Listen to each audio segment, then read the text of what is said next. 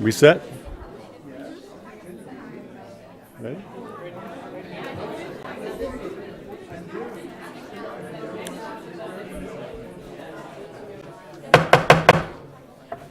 Good afternoon and welcome to the Lawrence City Commission meeting. We're going to start off with a recognition of Eutin Germany student delegation. Herr Kiel, Professor Kiel. Thank you, Stuart. As you well know, I represent Sister Cities Lawrence and Friends of Eutin, which I might add is celebrating its 30th anniversary as a civic entity this year. I know you were a founding member. I kind of was there too. Frank More than Barrett. kinda. Sir? More than kinda. Well, let's not get into that. And we're also celebrating the 29th exchange of high school students between Lawrence, Kansas and Eutin in Schleswig-Holstein. And I think that's something to really be proud of and also grateful for. Last year we marked the 500th exchange student in that program. And so this year we're pushing that up a little bit. We're approaching 550. So that's a lot of young people that have participated in a program that's attempting to foster global understanding and promote peace in our troubled world. I think we can all be thankful for that. And I want to thank especially the city for its financial support over this, the past 30 years of this program. The support of the city enables the exchange from Lawrence to get an underpinning, and then with the assistance of individual donations and corporate donations to our scholarship fund, we've been able to provide countless thousands of dollars to help our students go to Germany each summer. And can I add a little plug? On November 11th, we have Trivia Night as a fundraiser for the Scholarship Fund for Sister Cities. And I would invite all of you to contact Diana Carlin at this moment by email and tell her you'd like to be there. Okay. Well, without further ado, I'd like to introduce Philip Lohse. Yeah, I've been working on that name. It's the spelling that's got me tricked, but it's a good German name. And he is from the Weberschule, the Karl Maria von Weberschule, the great composer who happened to be born in Eutin by accident. His parents were on their way to England. But we're proud of Karl Maria in any event, and we're proud of you, Philip, for bringing your 14 students. And I'd like to invite you to introduce yourself and them to the City Commission. Thank you.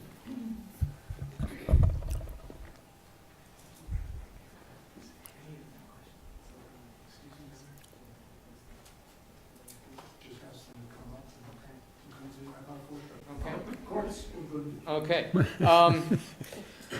Yes, dear Mayor Bowley, Stuart, dear City Commission, I would like to take this opportunity to thank everybody for having us here invited to City Hall, for the warm welcome and for the generous hospitality that we so far have received since our arrival last week. I'm sure that I speak on behalf of all students present, that we are very excited to meet and make new friends here and to experience life in Lawrence, Kansas.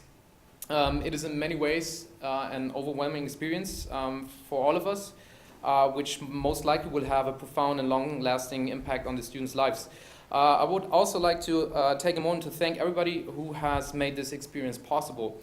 When I attended the annual meeting of the Friends of Lawrence Society in Eutin in June this year, I was made aware of the long-standing legacy connecting Eutin and Lawrence. Over the last decades, many people have went to great lengths to not only establish this exchange, but to also keep it thriving. During my stay, I've already had the pleasure of meeting the people in charge that I want to express our sincere gratitude to. I would like to thank Arne Scholz and Kelly Herndon, not only for being fantastic hosts to me and Hannah, but also for helping organizing the exchange on the American side and to be so helpful whenever I was in need of assistance while coordinating our trip to Lawrence as well. I would like to thank all of the American families that are here and are somewhere else for being such great hosts to our German students and for making our stay such a pleasant experience so far. Finally, I would also like to thank the members of the Sisters City Advisory Board, and last but surely not least, you, the City Commission of Lawrence, for making everything possible for us. So thank you very much. And now I would like to introduce the students that have followed. I'm not sure who are we going to start with. Maybe in the very back there's Henrike. Say hello. So, where are you staying? Can we have them come up to the microphone, okay, because sure. this is being videoed, so, The microphone. yeah.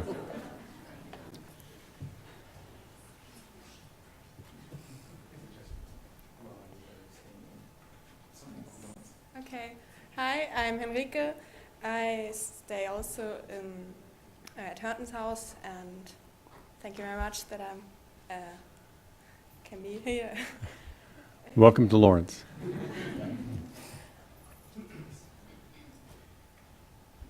Yeah, I'm Ida.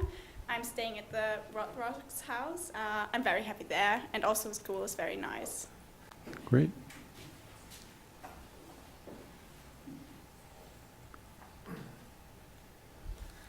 Hello, I'm Louis Reuter, and I want to say thank you to my host family, Family Mades, and it's very cool to be here. It's great weather, so much warmer than in Germany. So this is really great, and the spirit and the the spirit and experience are very awesome. So thank you for that. Glad you're enjoying it.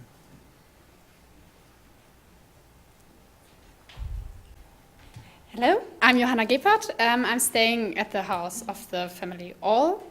And yeah, I think also that the weather is very nice here, but sometimes the air conditioning is a bit too cold. Yeah. Thank you.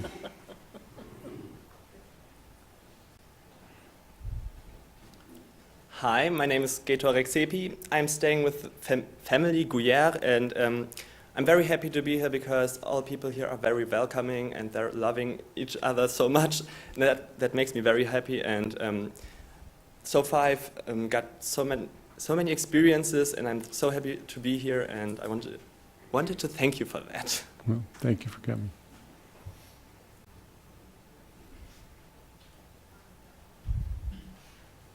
Hi, my name is Johanna. I'm staying at the Durners, and I'm very glad to be here. Everyone is so nice to us, so friendly, so welcoming. So thank you for that.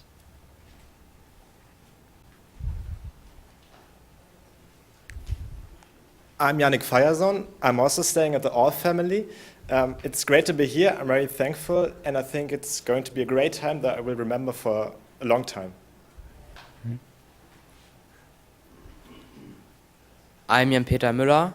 I'm staying at the Lewandowski family, and I just want to say thank you that I can stay here.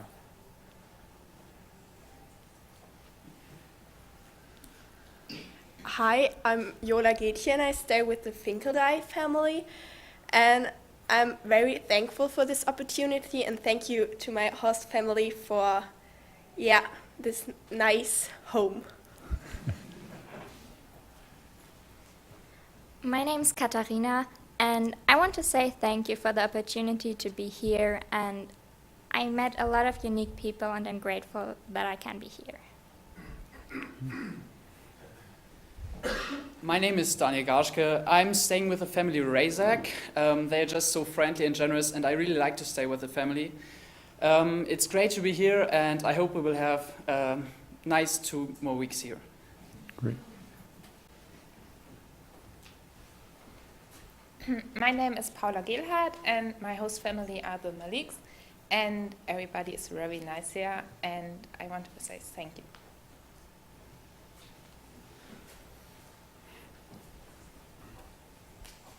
Hello, my name is Alicia Schmidtke. I'm staying at the Giesers house, and I'm so happy to stay in that family because they were so welcoming, and I feel very comfortable, and it's so nice to be here. Thank you for everything.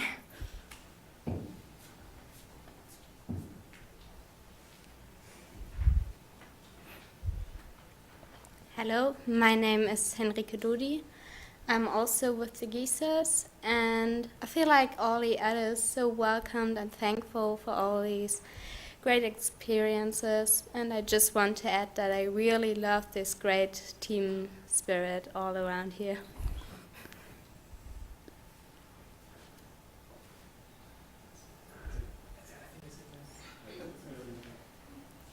We are so glad that you were all here.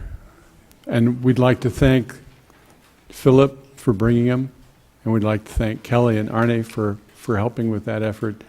Sister Cities Lawrence is a wonderful organization. I'm very attached to it myself. And it's just an opportunity for the host families to get to know the kids to become part of our community.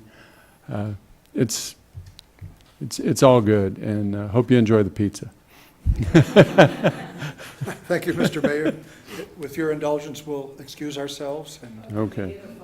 Sure, come on up. a Gruppenfoto.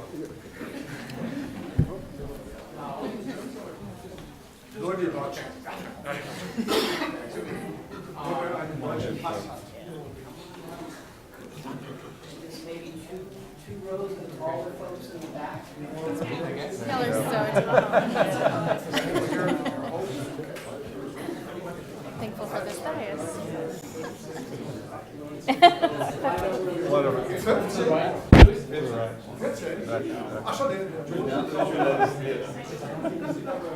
Big smiles, everybody. We're happy you're here. Go ahead. I'm going to have to get back here. Wonderful.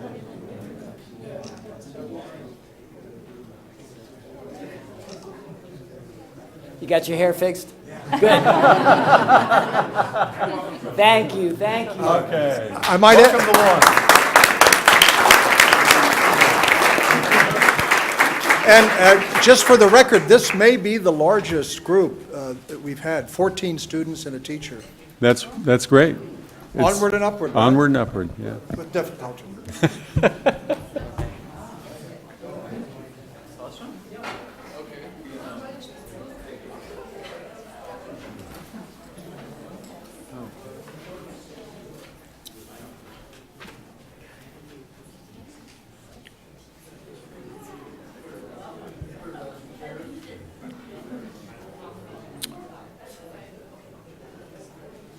Frank, will you shut those doors? There we go. Okay, next we've got a proclamation. We have proclamation on Keeping Legends Alive Week. Proclamation.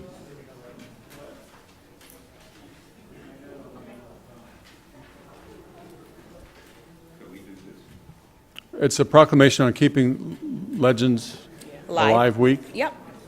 Yep. Yeah.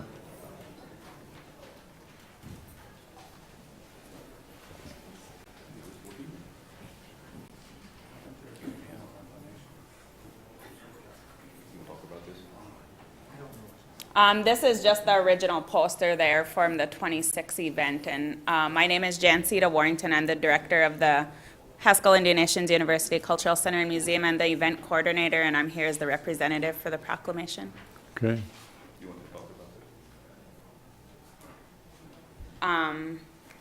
That's the Haskell Stadium at the original dedication in 1926 as they were preparing the bunting to be hung. Okay. That's a picture of downtown Lawrence during the parade on Friday. There's the old Varsity Theater in the back there. That's the current Urban Outfitters today. And that's another picture of the parade there that was present downtown Lawrence. Okay. We'll go ahead and do the proclamation. Whereas, since its founding in 1884, Haskell Indian Nations University has made significant and positive socioeconomic impacts on the city of Lawrence, and its students, faculty, and staff continue to contribute to the diversity, richness, and collaborative spirit that makes the city of Lawrence unique. And whereas, the city of Lawrence fully embraced and supported the Indian celebration that occurred on October 27 to 30th, 1926 at Haskell, the largest event in the history of Lawrence, and which brought the general public into direct contact with thousands of tribal people from across the country, which positively influenced the public perception towards Native peoples. And whereas the City of Lawrence recognizes the Haskell Arch as its very own World War I memorial, and the 415 students, faculty, and staff of Haskell, and every military veteran who honorably served the United States in World War I. And whereas, since its dedication, the Haskell Stadium has served our local community as the site of many sporting and community events. And whereas, Keeping Legends Alive, September 21st, 22nd, honors the service of all veterans, memorializing Haskell's 415 service members and the complete story of the 1926 dedication as documented in the Haskell Cultural Center and Museum exhibit and supported by many partnerships throughout the Lawrence and Douglas County community. Now, therefore, I, Stuart Boley, Mayor of the City of Lawrence, Kansas, do hereby proclaim September 16th to 22nd as Keeping Legends Alive Week in honor of the historic 1926 dedication of the Haskell Arch and Stadium, which is one of the quintessential stories in the history of Lawrence, Kansas.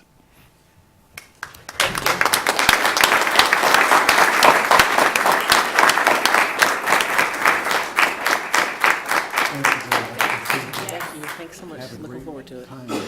Good listen. Thank you. Thank you.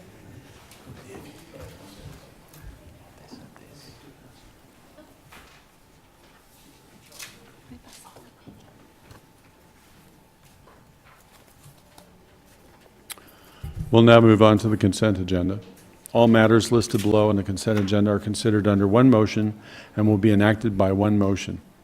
There will be no separate discussion on those items. If discussion is desired, that item will be removed from the consent agenda and will be considered separately.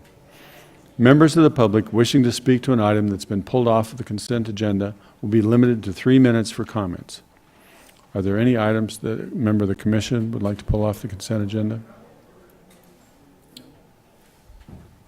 Is there anything that a member of the public would like to pull off of the consent agenda?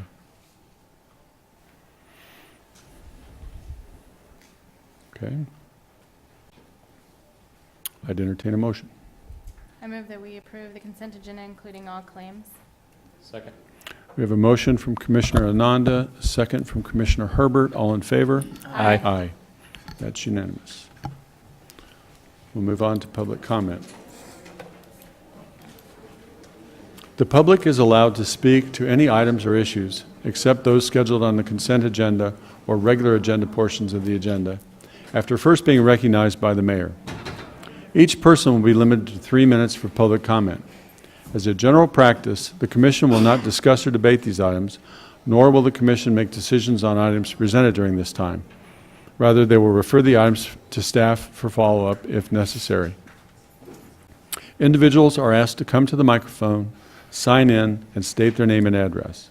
Speakers should address all comments and questions to the Commission. General public comment. Good evening, Mayor and Commissioners. My name is Katie Walsh, and I have a happy invitation. This Saturday night, 5 to 9 at Hobbs Park, 11th and Delaware, is the annual East Lawrence Neighborhood Party, but it is open to everyone. It is for the whole world. Anyone can come. And we have 4 bands, cakewalk, raffle, 4 professional bike repair people who will repair your bikes for free, kids' activities. I know I'm leaving things out. I can't remember. There's a lot of things going on. 5 to 9. Come earlier because the food may run out at some point, and we hope to see all of you there. Thank you. Thank you, KT. Other public comment?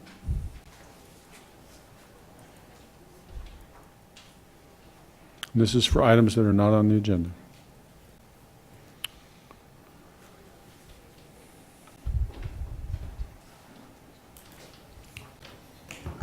Hello, my name's Guy Neighbors. I haven't been here to a city council meeting in quite a while. It's really evolved into quite a bit since the last time I was here. So I'm here today to talk about the article that was in the paper about the, it was in the paper yesterday about the short-term rental properties. I don't know if that's Well, on the agenda. it's on the agenda. That's our first item. So if you just hold off for a little bit, we'll have a presentation on the issue, have a little conversation up here, then we can go to public comment. Okay, thank you. Thank you, sir. Other public comment on items not on the agenda? Okay. Well, we'll go right on to the first item on the regular agenda, which is consider the approving a text amendment to the City of Lawrence Land Development Code regarding short-term rental, and consider adopting on first reading ordinance number 9481, and also consider adopting on first reading ordinance number 9560, establishing a licensing and inspection program for short-term rentals. Good evening, Commission. Jeff Crick with the City County Planning Office. The item before you this evening is two ordinances that are mentioned. One would be to Chapter 20, which is the text amendment to the Land Development Code. The other is an amendment to Chapter 16, which would go to the rental property section of the code. So I'll kind of talk about those this evening for you. Short-term rentals kind of go by a few different ways and names. This is a definition that we use for it, but to kind of give you a quick synopsis of some of the technical details for it, there's really about three different types that when you start talking about them, you get into. One is called a hosted sharing, which is where somebody stays with the owner of the property while they're there. And then the opposite of that is called an unhosted sharing. And that is where the person that owns the property leaves while the person is renting it out. So it's kind of gone while the other person shows up. The other option is what's called a dedicated vacation rental. You tend to see these a little bit more in coastal areas or in mountain areas where it's a property that's dedicated to a vacation use. So if you think about condominiums near beaches or ski resorts, that tends to be what people would typically refer to as a short-term rental back then. These definitions have started to change a little bit as technology has come on board and the way that these processes happen. So we'll talk about kind of those details moving forward for this as in relation to the ordinances. One thing that's really changed is... Excuse me. Can you raise it? Is that as high as it goes? Okay.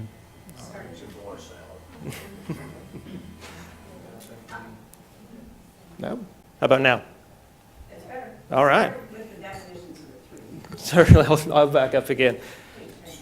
So again, the definitions of the three that really start going into it is you have what's called a hosted sharing item, which is where the owner of the property lives there while the rental is going on.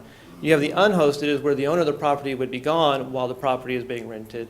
And then you also have the dedicated vacation rental, which is where the property is really just dedicated to that use. So I mentioned earlier, condominiums at beach resorts, ski resorts, those kind of things are what you typically would see as a dedicated vacation rental. So, okay. Thank you. So as the economy has changed, you're starting to see the way these have kind of evolved and moved on. It's not really changing the vacation side of things. What you're seeing is a proliferation of the services being available in communities where previously it wasn't really a viable option. And online platforms have really made that an alternative and being available. You're also seeing this kind of breakout into some new and unseen markets, Lawrence probably being one of those. Typically, you would see products like this aimed at places that would be vacation destinations, so, you know, the beaches, the mountains, the scenic spots like that. But now it's starting to break into other places, and people are using it for tourism, such as coming to sporting events or to festivals and other items that are in the area. So it's starting to really change the way we see it in the market. There is a difference in the way that these look at, and we kind of talked about this at some of your earlier sessions, so I'll kind of go through these really at the high level here. There are economic impacts for the host, and that it does bring them a source of income that allows them to maintain and upkeep the properties. It gives them another viable stream to also think about ways to use the properties in some instances. It also has the effect of having an economic impact for the municipalities. In the state of Kansas, most platforms do not have a remittance procedure involved. Now, the most popular platform, Airbnb, does have a remittance to the state of Kansas for sales tax. So when they do provide that remittance, it does have a benefit to us in the sales tax portion. It also encourages property improvements to kind of entice people to use the properties as a rental. You kind of see the property, see the amenities at the property. So it gives them an enticement to bring properties up, do some improvements they may not otherwise kind of envision. It does affordable alternatives as an option there. So in some markets, you're seeing places with hotels and some of those higher end bed and breakfasts.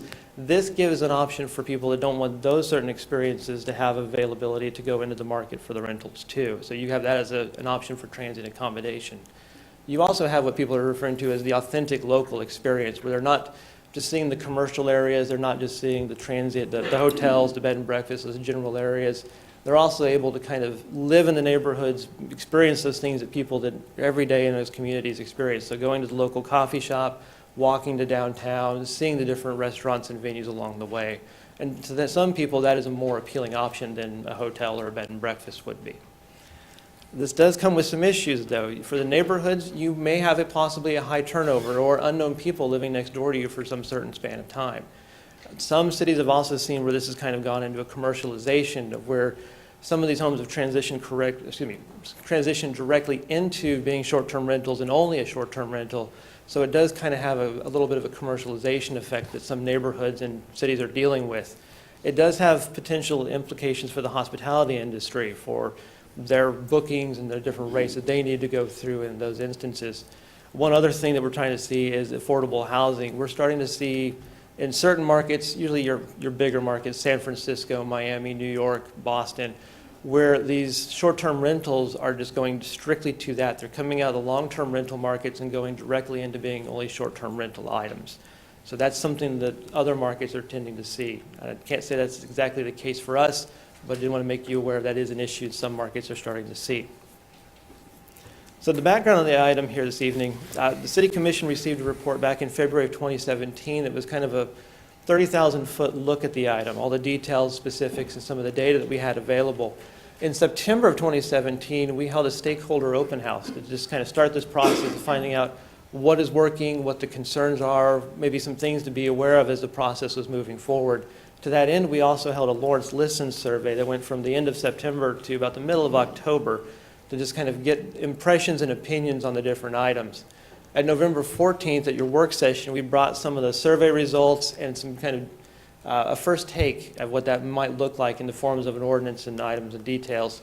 On February 20th, you initiated the text amendment, and we are back to the Planning Commission in May with the ordinances that you have seen this evening. The Planning Commission at their May meeting unanimously approved the ordinance to Chapter 20. So the Chapter 20 ordinance really affects 4 different articles inside the code. And one thing I'll mention right away here is that it does not change the occupancy standards that are set in Article 6. Those are being maintained. So Article 4 establishes the use table for the properties, which basically outlines it is a special use permit for a non-owner occupied Airbnb or a short-term rental. If it is owner occupied, it's considered an accessory use because the principal use would be maintained as a primary residence. Article 5 would establish some use regulations, so items governing what is owner-occupied versus non-owner occupied, maintaining the neighborhood character, interpretations for parking, and some details which we'll get into. And Article 9 establishes parking for a non-owner occupied short-term rental. Article 17 just defines a short-term rental in terms of the Land Development Code. But again, just would like to point out it does not change the occupancy standards that are set by the base zoning districts. So the types of units that we have here, the ordinance really looks at it in 2 different lenses, like we mentioned. If it's owner-occupied, the use is considered an accessory use, and there's a 200-foot notice that would be sent out along with that item. One item we would mention this evening is that we do, if you do like that 200-foot notice, to direct staff to include that as part of the second reading motion, so we can make sure that's incorporated. The non-owner occupied would follow the special use permit section of the code that's already been established for a 400-foot notice radius. Yes. Question on your definitions. The owner-occupied, would that encompass both the hosted sharing and the unhosted sharing? It would. As long as there's a majority of the year as their residence, then it would be owner-occupied. Okay, thank you. It's Article 4, as I mentioned, separates those out, but does not change the occupancy standards defined in Article 6. Article 5 starts to talk about the regulations that come along with the permissions for that one. Really, it looks into making sure there's a compatibility of the surroundings, that you still have that residential neighborhood and character that is maintained. It establishes what is a residency requirement, so the difference between an owner-occupied and a non-owner-occupied item. It does provide site standards for things like signage and lighting and those other details that may come along with the different changes that go on. And it also gives guidance for parking and where to locate it on the site. Article 9 establishes the parking that would be required for that one. For an owner-occupied short-term rental, the principal use requirements would hold to be the parking standard. For a non-owner occupied, it would establish 1 parking space per guest room as the standard for that item. Article 17 just defines what a short-term rental is, as mentioned in the context of the Land Development Code.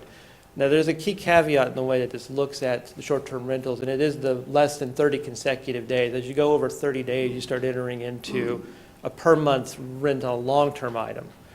But what it does exclude is it does exclude dormitories, fraternities and sororities, groups home, which are general limited in the Land Development Code, some of your more traditional transient accommodations, bed and breakfast, hotels and motels.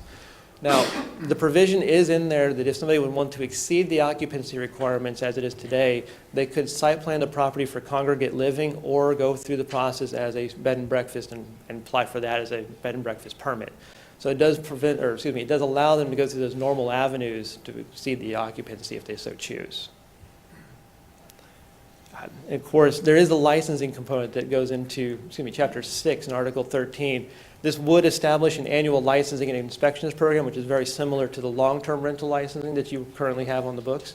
It would also provide for a proof of insurance to be required and also a statement of occupancy so that we could verify that the unit is owner-occupied or non-owner occupied. So we could then direct them to which procedure would be the one that would be necessary.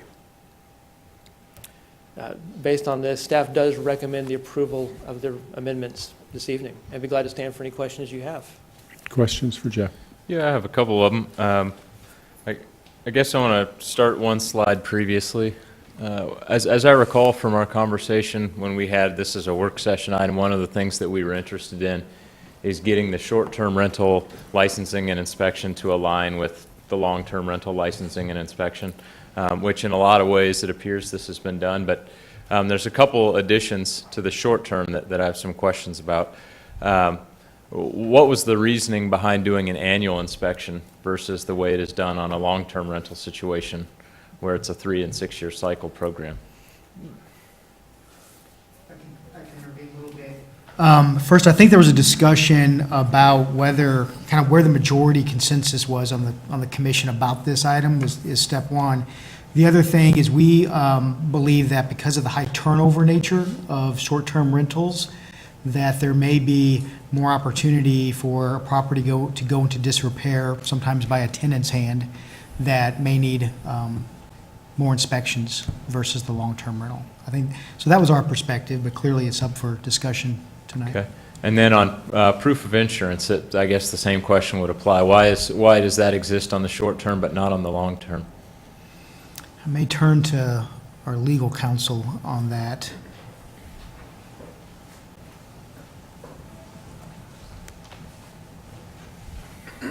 Basically, this is Randy Larkin with the City Attorney's Office. Basically, when you have a long-term situation, you have a renter who's going to be living there, and the thought is that they would insure their own belongings, goods, et cetera.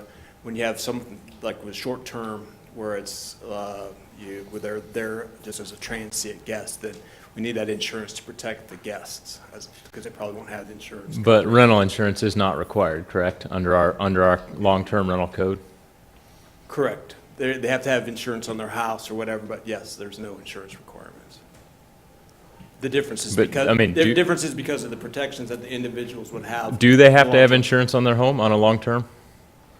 What's that? On a long-term rental, is there any requirement at any level for the owner of the property to produce? There's no requirement. Okay. But the expectation is that the individual who would be renting the unit has the potential of getting their own insurance to protect their own self in a long-term rental, whereas they don't have that opportunity in a short-term rental. Okay. Couple other questions. On one of the things that was mentioned in this was on the owner-occupied properties, regardless of if it's hosted versus non-hosted, there was going to be a 200-foot notification. Are there any other legal uses of property that do not require a special use permit that currently require us to send notification? We do send notices for home occupations that do go through. For a home occupation type B permit goes through a 200-foot notice radius on that item. Usually most of the permit applications do go through that standard procedure of the special use permit. We have the 400-foot notice, but there are other instances. Okay. What does that mean, if I can add, the 200-foot notice? Just Within 200 feet, your neighbors will be notified.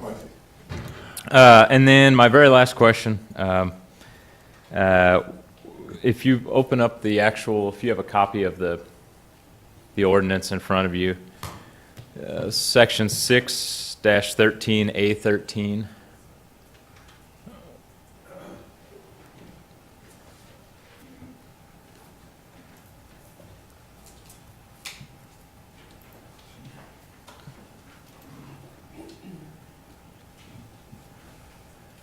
This is the section that deals with the right of entry of code personnel. When I read through that, I guess I'm struggling to come up with a hypothetical situation where this would apply. Can you help me out there?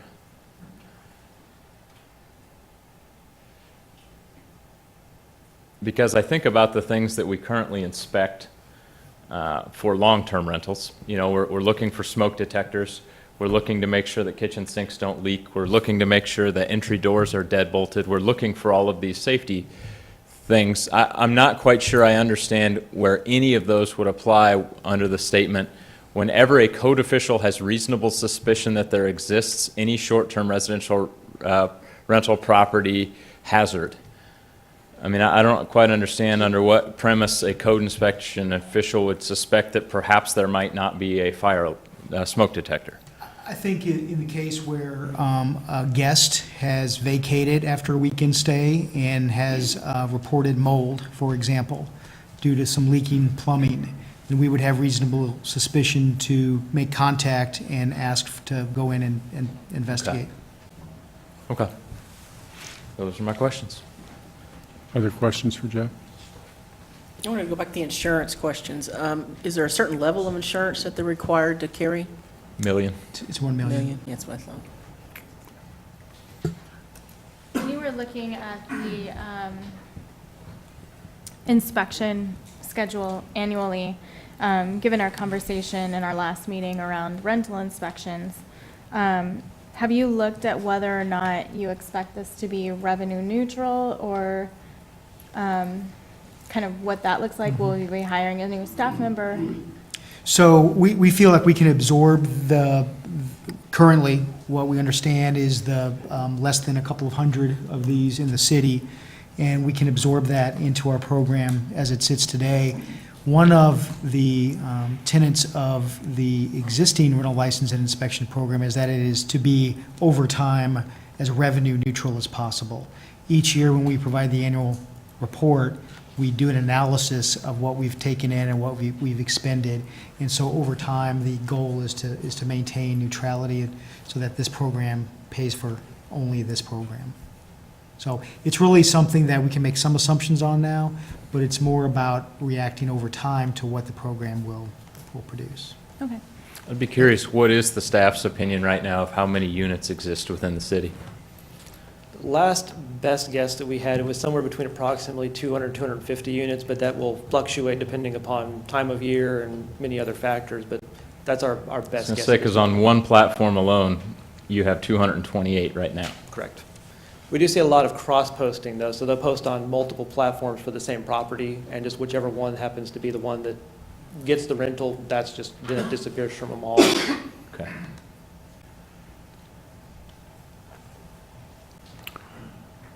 The owner-occupied seems to me to be very similar to the Type B commercial activity.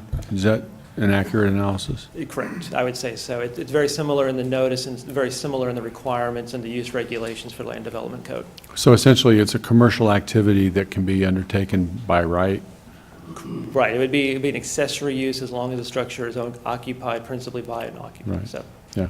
And the other, which is dedicated vacation rental or unoccupied, that's essentially a commercial use in a residential neighborhood.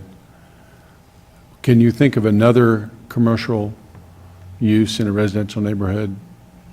I mean, assuming that it's zoned residential. sure. I think probably the best one is bed and breakfast. Tends to be in a residentially zoned area and operate in a very similar capacity, Okay. which is why the special use permit was recommended for a non-owner occupied short-term rental. Right. Okay. Is there anything else like that that comes to mind?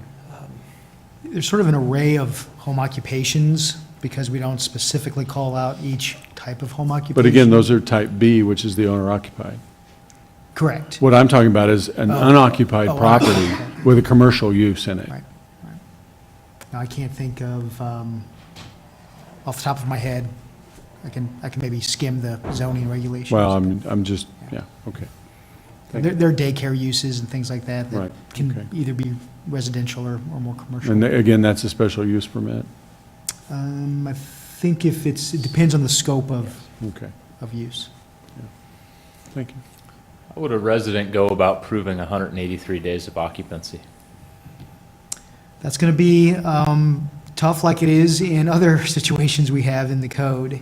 I know what's not possible. I know you can't live permanently in two places. So, you know, we have that situation where we're going to make sure that people aren't claiming that they're the owner of multiple properties. But it's going to be a challenge. They're going to have to declare on the application that they're an owner-occupied unit. So that, I mean, I guess the answer then is that you can only operate one owner-occupied.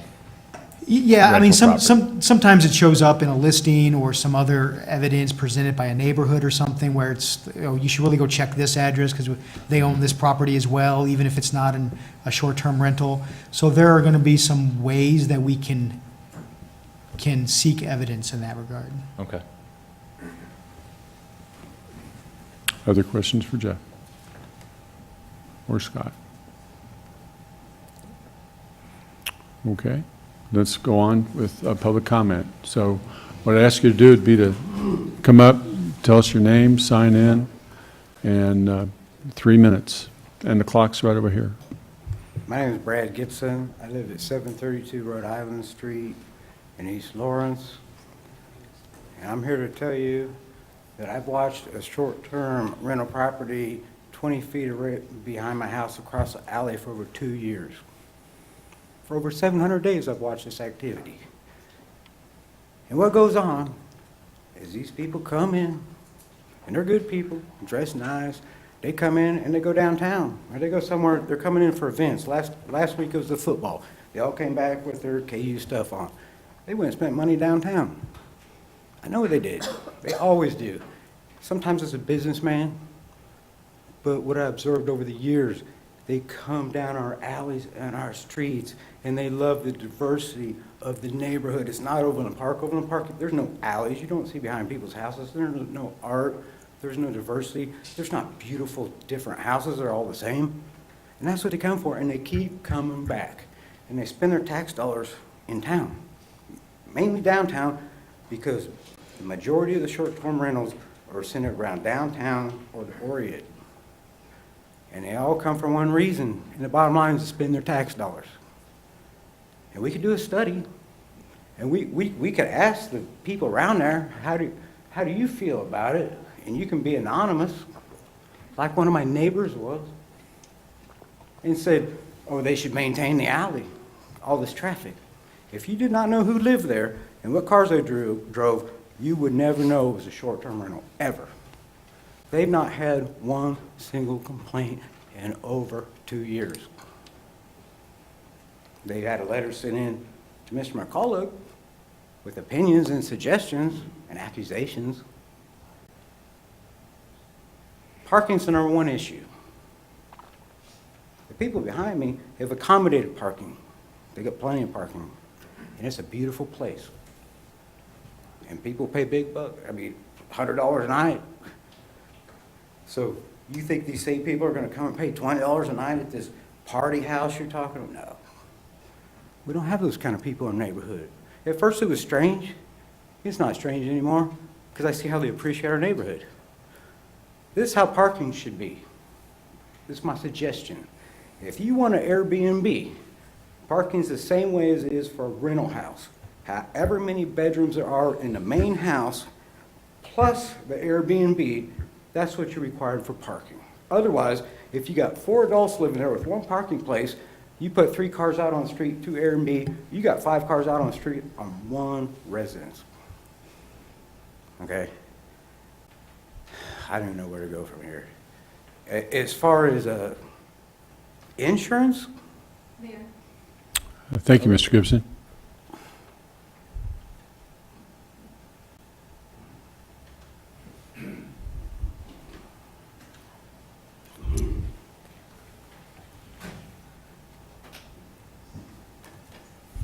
Good evening, Mr. Mayor, Vice Mayor, Commissioners. My name is Ted Boyle, North Lawrence Improvement Association. And this Airbnb thing, we've talked about this, and the majority of the residents in North Lawrence, unoccupied Airbnb is out of the question. If there's somebody, a homeowner that wants to lease a couple of rooms, a weekend football game or whatever the deal, to subsidize their mortgage payment or something like that, we're good with that. But having a unoccupied house and don't know who's going to be there from day to day, if we wanted to live next to a motel, I would have bought a house next to a motel. And, you know, the owner-occupied homes in North Lawrence are over 75% of owner-occupied homes in North Lawrence. So people move to North Lawrence for three reasons. One, the rural atmosphere is what they tell us. The Woodlawn School, best school in Lawrence, Kansas, and walkability to downtown Lawrence.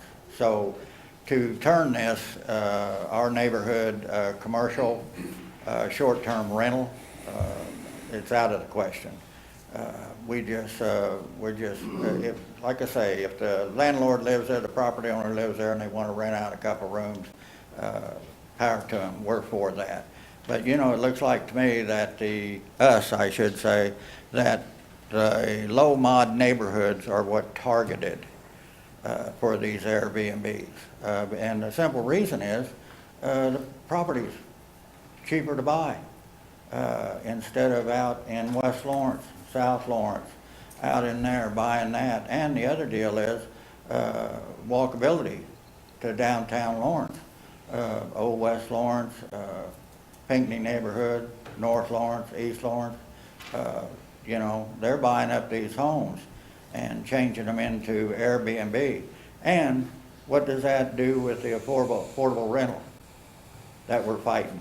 These 200 and some Airbnbs that are in existence right now could be part of that rental solution, or habitat, or tenants to homeowners, or something like that. But no, you want to let it be a commercial short-term rental, and it's all about the greed, how much more money you can make, that these property owners can make.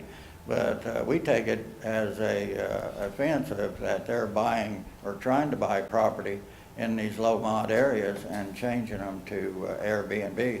And they wouldn't live in our neighborhood. No, they live somewhere else. So, thank you. Thank you, Ted.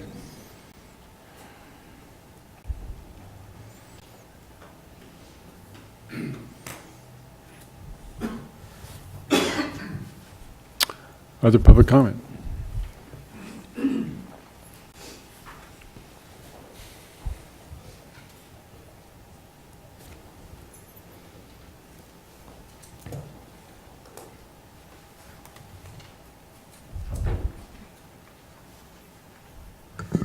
I think that's as tall as it goes. Sorry. My name's Guy Neighbors, and I live at 1309 Sunchase Drive. I read the article last night, and a couple of things that I was concerned about. Number one, if you guys decide to turn the Airbnb situation into only people only can have one if they actually live on the property, then that would mean that only the people who are running a bed and breakfast would be allowed to do it, which would be totally unfair. I feel like if you stop and think about it, if you have an owner living there and that person is renting out a property, there's actually going to be more cars on the property or on the street than there would be if it was just if a person just rented it as an Airbnb. Most people that rent as Airbnb, they're looking to have the entire property to themselves. Airbnb, the business, the corporation has insurance. They have insurance and they have a standard that they live by. Anybody that rents at Airbnb is, the person who owns the property has the opportunity to give them a review. The person that rents the property, the Airbnb, also has the opportunity to give Airbnb a review. So this party house and those kind of things, I think they rarely go on. Most of the time that it's very organized. Families rent these Airbnbs for, like one of the guys said earlier, for graduations, sporting events, to be able to walk downtown and do things. My main concern was to make sure that whatever rules that you guys put in place, they are put in place according to the Constitution, which would make sure that everybody would have a fair right to do the things as opposed to someone who, had the money to buy all the houses or whatever and turn them into Airbnbs. The Constitution is supposed to protect us all and make sure everything is fair. My concern is that. And by making it so only people who live in the houses can have them without any problem. I mean, at the end of the day, if there's a problem with the party house, the police should be involved and that should be handled. And those people would get a bad review and no one else would rent to them. I think before you guys make your decision, I would suggest that you contact the Airbnb and talk to them. Find out about how they do things, what they expect, the problems that they have, those kinds of things. I think that would be fair to do before the decision is made. I have a letter that I put together. I'm just going to pass it out because I don't really want to get into it all right now and just let everybody read it on their own, if that's okay. That's fine. Okay.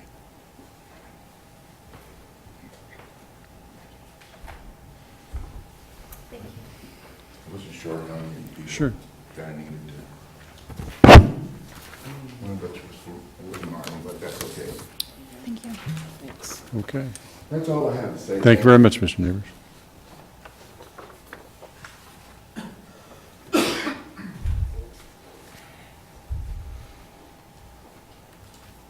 Hello. Hello. Ryan Ward, 1020 Main Street. And one of my concerns is what I find is these people come in from out of town and they will, they'll throw a surprise party for their significant other and they'll clear it with work and they'll fly in from San Diego. A couple will arrive and their 4 friends will come and they'll come from St. Louis or Dallas or Boston. And they all went to Kansas and they graduated and they're having a surprise 40th birthday party for one of their friends.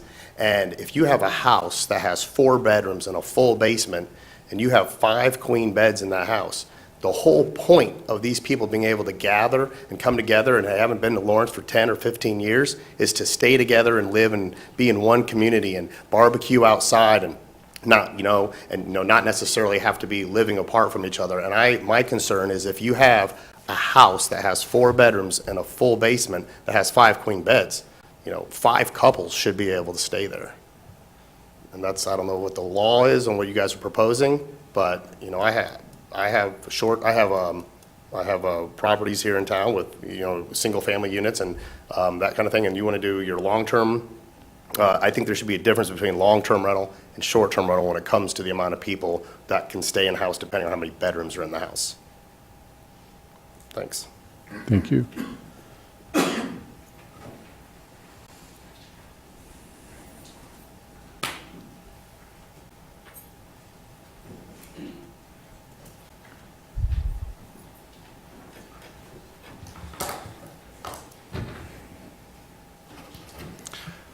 Hello, my name's Aaron Weigel.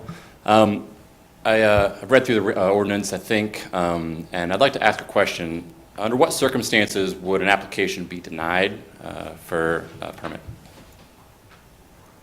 So I heard parking, right? You gotta have parking.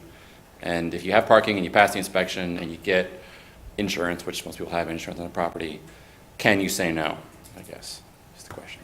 So your question is it discretionary or? Yeah, there was some language in there that was like if it fits with the vibe of the neighborhood, and that's kind of too loose, I feel like, for these kinds of rules. Can you say no, I guess, outside of those 3 rules? Well, I think we'll turn to Scott. Yes, if it doesn't meet our zoning standards or component of the licensing, which is have your insurance and give us the resident agent and some different things that are required of the application, there can be denial of that application. That's for the owner occupied. For the special use permit, that is more of a discretionary decision of the governing body. After an application is made, it goes to the planning commission for a recommendation, and then to this body for final decision. If I could ask, what kind of discretionary items are you looking for, I We have an guess? attorney behind you here, you can answer. Yeah. This is a quick answer to the question. It's ministerial. If the applicant meets the requirements for granting a license, they get the license. If they do not meet the requirements for getting the license, they do not get the license. There's no discretion on it whatsoever. Is this on the owner occupied? Yeah, on either one. On either one? Yes, they have to have a site plan, approved site plan to get the non-owner occupied, but they still have to meet those requirements to get the license. If they do, they get the license. If they don't get the license. There's no discretion there. So there's no contingency upon neighbor feedback? No. Then what would ultimately, So one part is the licensing of it. From a land use perspective, it's ministerial if you're owner occupied. It's the special use permit process if it's non-owner occupied. And that's when we look at our golden factors of land use, compatibility with the neighborhood, character of the area, nearby zoning, adjacencies, those type of things that you're familiar with in a zoning application. And so that gets provided to the planning commission and the city commission for a decision. If that's approved, then the license gets back to that ministerial function. Okay. So you're talking about the difference between the permit and the license? Correct. Okay, Well, the land use entitlement and the Right. license. yeah. So I've with the been na- through a special use permit. I'm pretty sure you guys don't want to do that for 225 properties. You can if you want to, but it would be kind of awful. Sorry, you were saying something. No, that's okay. So the neighbors within 200-foot radius, would they be able to protest? No, that's just a notice based on our discussion with you earlier this year. We felt like, you felt like that was a component. You wanted to at least let people know that there was a short-term rental in the neighborhood. Not that it was necessary, not that they had any appeal rights or denial rights. But they could come to the planning commission meeting or the city commission meeting and, If it's a special use permit. right. If it's the owner occupied, they only need a license and to meet the standards, and then we issue them the license. Notice goes out to those within 200 feet that a license has been issued for a short-term rental. Okay, thanks. I appreciate that. Again, I would say I don't think you want to do special use permits for all of these. That's going to be an awful lot of work. I don't think any people probably want to apply for that. But anyway, thank you. Appreciate the Okay, clarification. thank you.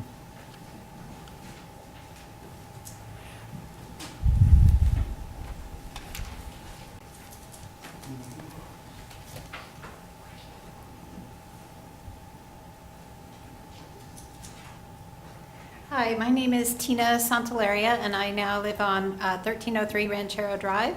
I have been a long-term landlord as well as a short-term rental host for a long time. And one thing that I was going to mention is on the inspections. One nice thing about being a short-term host is that you get to go into your property every week, every time someone leaves. I do almost all of my cleaning, unfortunately, but it is kind of nice because I can take care of maintenance right there on the spot. So there's no need to wait a year to find out that someone left and hadn't told you that something was broken. You constantly are updating your property. So that is just kind of a given if you want to continue to have good guests and you want to have good reviews, which is the name of the game. So that might help alleviate some of your concerns about having inspections, waiting till the end of the year. The other thing I wanted to mention is you had some certain kind of hosts sort of in different categories, and I'm kind of not in any of those categories, and I've mentioned it before in these meetings.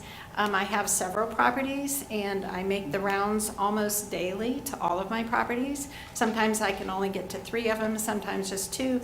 Sometimes I'll take a breath and maybe just get to 1, but I'm always on the move, and I'm always at all my properties. I'm like a gypsy. I'll stay at whichever one's available for 2 or 3 weeks, and I like my neighbors in every neighborhood.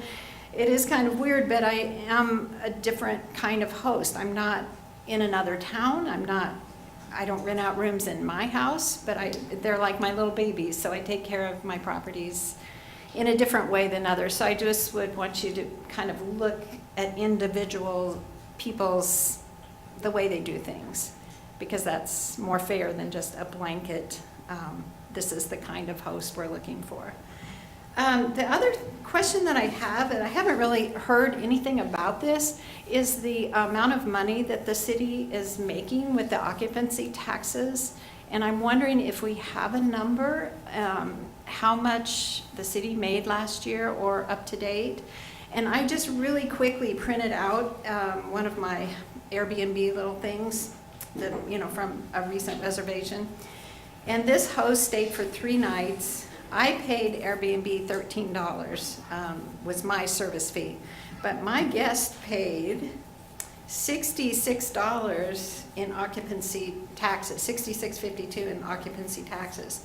And that's just one guest, just me, multiplied by everybody else. I'd just be really curious as to what the city is making on occupancy taxes. And the other thing is I'd like to know, like, what are we doing with that money? Where does that money channel to? So the question I have for you is, was that $66, was that sales tax and the transient guest tax? It just says occupancy taxes. Airbnb remits these taxes in your behalf. My So if- understanding would be that it would be, and staff can help me with this, that there would be the sales tax and there would be the transient guest tax as well. So most of the sales tax goes to the state. Right. But I am Okay. just concerned about how much we are making as a city and if there's something special we can do with that money Right. or what it is Well, I for. mean, we have staff, we also have Explorer Lawrence Director Michael Davidson here. Okay, and I don't expect an answer right now. Well, I but mean, I think just we can if get you one.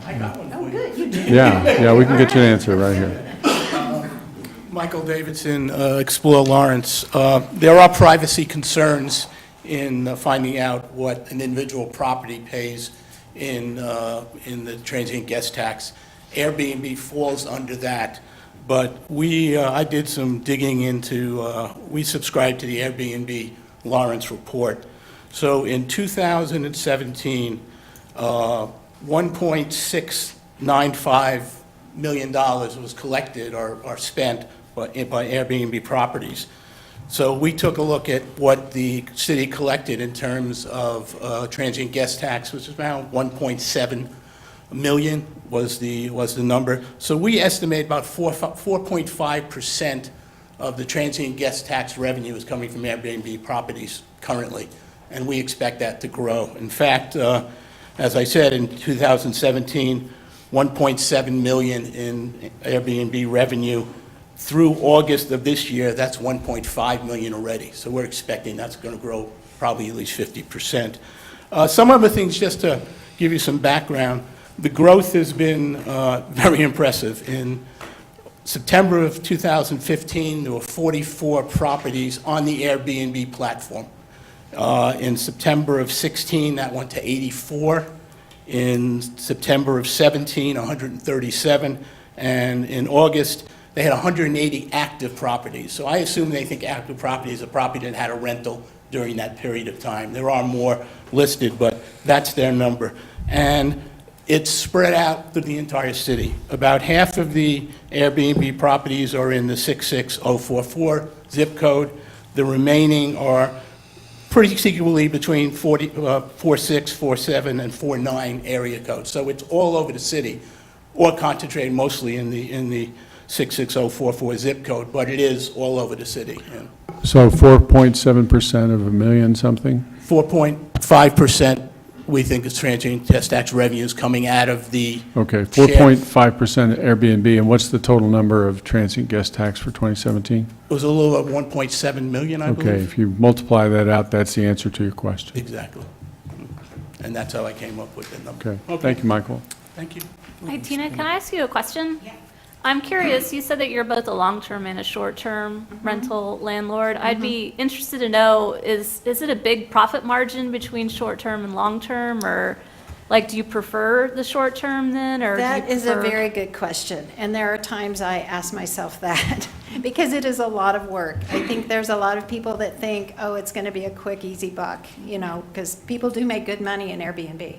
But they also put out a lot of expense. You know, to have a nice one, you're going to furnish it nicely, you're going to clean it well, you're going to take care of it. You spend a lot of time and energy on it.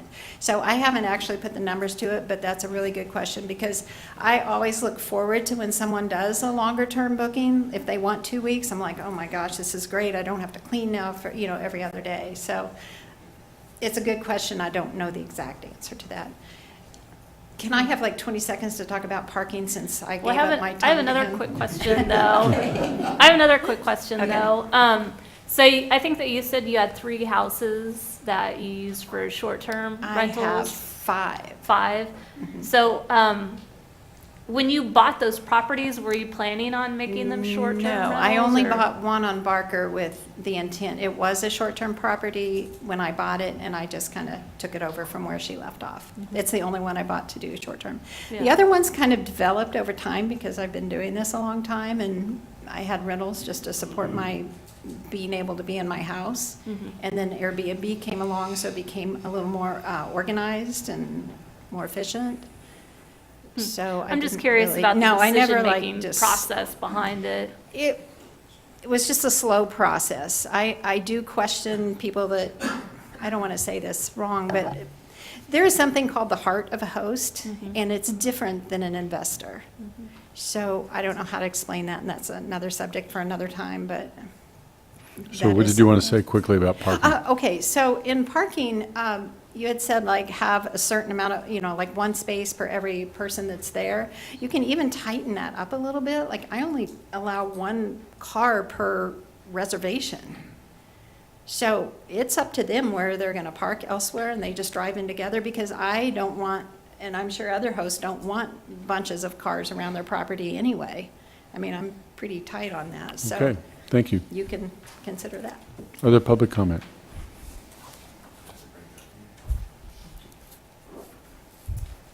Hello, I'm Angie Blair, and I have a home at 1922 Barker Avenue, and I also have a home at 1724 Vermont, and I do Airbnb. And I also feel like I'm inspected weekly at my places, and that it's also posted online. So if I'm not up to any kind of standard, people will not rent my space. And right now, I am providing. I'm having an electrician put in. Fire and CO2, to be installed in both of my places. And I'm also putting in additional parking for people and that kind of thing. And my son currently lives in a long-term rental here in town, and his conditions are deplorable. And he was also in his lease, I also called to complain about that. And in his lease, it says that he is not allowed to call the city to complain. And so when I called to complain, they said that I could not call to complain, that he had to call to complain. And his conditions are, again, deplorable. My conditions at my home, you can look at online anytime, and they are posted and inspected weekly. And I'll also clean my own places, which is why I can, again, gain that income. If I was not cleaning my own places and in there, I'm not sure it would be, that I would be getting the income that I need. But I can also put that back into my properties, which is what I do. And I'm held to a pretty high standard by the people that come in to stay in my home. So I'd like to keep that in mind as you consider this. And I'm just trying to get by, frankly, to make it, I'm not, I don't go on vacation, I don't have a new car, and I'm not, making bank. Thank you. Thank you.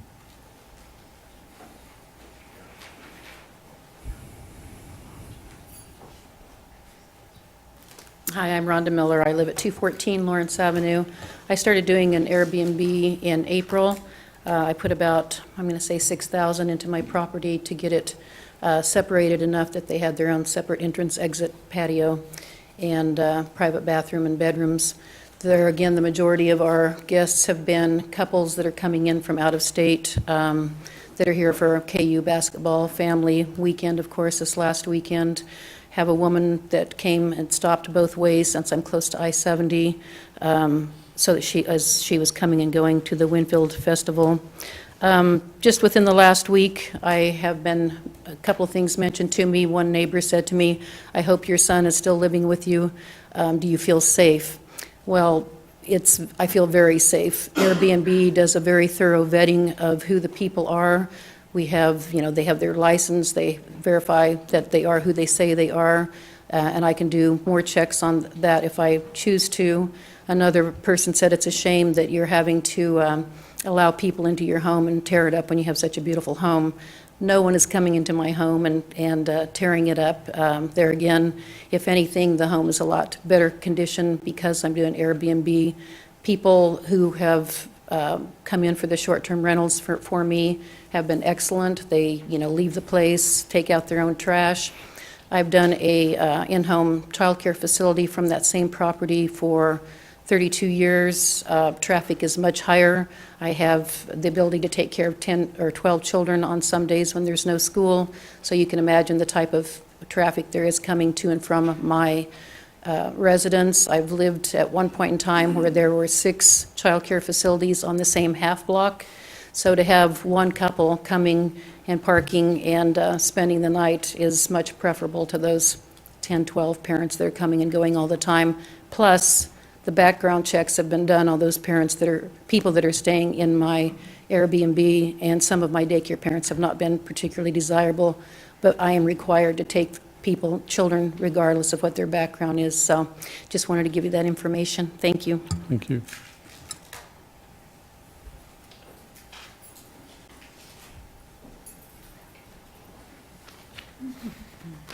Hi, everybody. Kirsten Kuhn. I live in the Broken Arrow neighborhood. And my statements were pre-prepared, so there's going to be a little bit of redundancy. I apologize. Onward, I guess. The Douglas County Libertarians have some qualms regarding the proposed regulations for short-term rental properties within our community. In addition, we have submitted to staff an academic paper by one Andrew Moylan that breaks down the effects of regulation on this developing market. The long and short of it is that over-regulation does not improve outcomes, and it actually doesn't hinder other hospitality industry groups either. I hope you guys got that. Allowing individual homeowners to engage in the market allows our community to respond to large-scale events like the Haskell event or KU basketball crowds, as well as to allow individual travelers to have a more personal touch while exploring Lawrence. Everybody will benefit, whether the units are rented out often or only during unique events. We acknowledge that one of the most common concerns is noise and traffic, which can be a problem regardless of who is occupying a unit. This problem is not unique to these rentals. We have a town full of college kids making a racket. The approximately 200 STRs we currently have only seen a handful of complaints that I'm aware of. And if there is an issue, a personal request to cease, you can call the cops, of course, like anything. Additionally, we recently heard that the citizens of Lawrence believe that much of their housing is in poor condition. If the city cannot hold itself responsible for the inspections of long-term rentals, why do they believe there will be abuse in ensuring quality STRs? Many of these appear on websites using a customer rating system. The owner of the property will have a vested interest in maintaining a high score, whereas the city's haphazard inspection process seems to do little to actually guarantee quality standards. If the homeowners are self-regulating to ensure good scores, why waste further time and money? The issue of affordable and quality housing in our community will not be exacerbated by these types of rentals. In fact, we note that there's high incidence of people being temporarily homeless, especially between the July-August turnover season. It's a couple of days, you don't have anywhere to stay. STRs may alleviate those burdens for some. Our largest concern, though, is the effect on the personal property rights these individuals have. Lawrenceans, and more specifically local property owners, are already taxed heavily on their assets. To require further licensing, submission to inspections, insurance obligations, even if some are already adequately insured, is simply to place further burdens on what an individual can do with their own private property. The only ones hurt here are the people the city claims to protect and represent. We have an opportunity to be progressive on this issue. Rather than, like many cities like Casey Mo, rather than bury this opportunity under mountains of regulations, we should allow our citizens the freedom to use their properties as they see fit and to reap the economic rewards that will follow. Thank you. Thank you.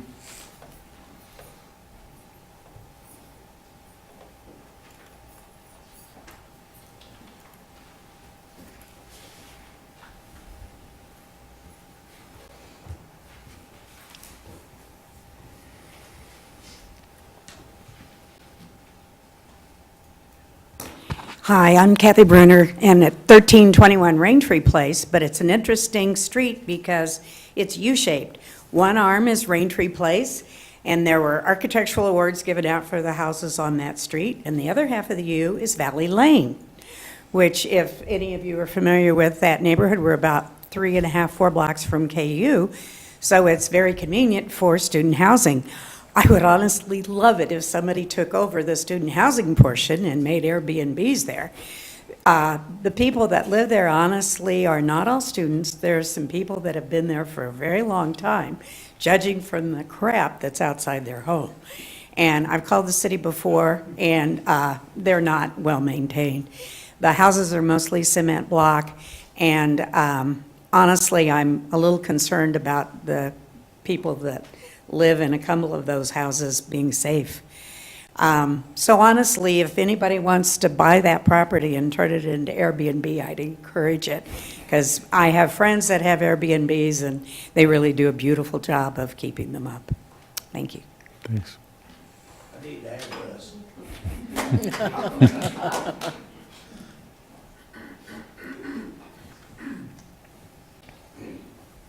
My name is Lyle Gooden. I live in the Pinckney area at 346 Minnesota. And from these testimonies, it looks like to me that they are very well, Airbnbs are very well regulated without any additional regulation. Now, I'm sure there are always exceptions to the rule, as there are anywhere, but as far as the short terms, look like to me that they are very well regulated by the homeowners. And I don't know what this additional regulation is needed. Personally, it doesn't look like it does. If you want to keep your Airbnb rented, and if you want to keep it occupied, you will be probably above and beyond the standards that you are trying to put forth here. So that's all I need to say. Thank you. Thanks, Sean.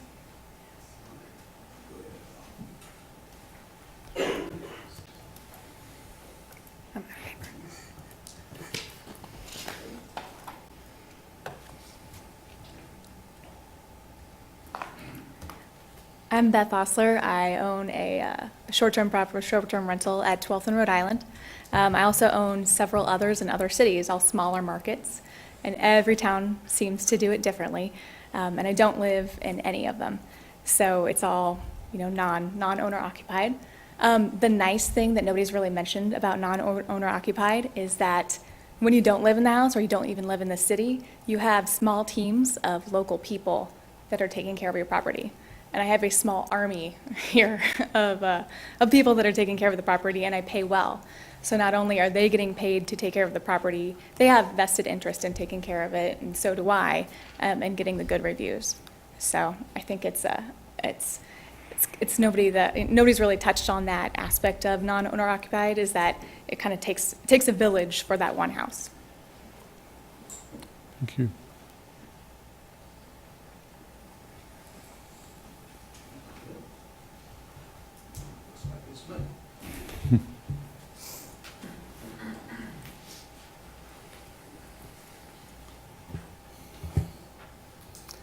My name is Reggie Jones. I have an Airbnb on 1500 Rhode Island. I've been coming to Lawrence since 1975, built your nuclear power plant up here in Burlington, Kansas. When I came here, you didn't have all the opportunities for places to stay. You had to worry, well, you didn't have to worry then. You had the little hotel downtown. You had one over in Spring Creek or Spring Hill. There wasn't a lot of places, but now you do have a lot of places to stay when you have all these things coming into the town to put money in your pockets, for everything that's going on. If you didn't have the Airbnbs, which I think now there's 180 something, when we had ours in October of last year, I think it was 140. If you go back and research it, every place in Lawrence was full. If you did not have the Airbnbs, where would these people stay? Kansas City, Olathe, wherever. But you wouldn't be getting the money that you're getting. So I think that it's really kind of important, just like these other people are talking about. As a homeowner and a Airbnb, which we are super host, everything is well taken care of. You have to look at that. You have to pay attention to it, because there are a lot of homes in this town right here that really need some serious attention. 1 in 4, if you read the paper, what it says, needs some serious attention. So I think basically with the Airbnbs, with the hosts that are doing what they're doing, I think we're in great shape. The regulations, whatever you put on it, that is, is your decision. But also too, on this panel right here, how many of you own Airbnbs? How many? Put your hands up. Who owns them? Anybody here own an Airbnb? You're supposed to direct commentary to us. That's instead of right. asking the audience. But I'm just trying to figure out, do you own an Airbnb? Do you have the same thing that these people are doing right here, or we're doing? It's the only question I want to ask. How many people here actually own Airbnbs on the panel? On the commission, I don't own an Airbnb. I just want to hear the point and The not the point question is, 20 times. the point is, I think that everybody's doing the right things and the regulations that need to be handled. I don't think there's more regulations that need to be done, because if you go look at a lot of the properties in Lawrence, it's sad. It's really, really sad, because they're not taking care of their properties. The people that own the Airbnbs, I promise you, they're taking care of their properties. Thank you very much, sir. I promise you they're taking care of it. All right, thank you.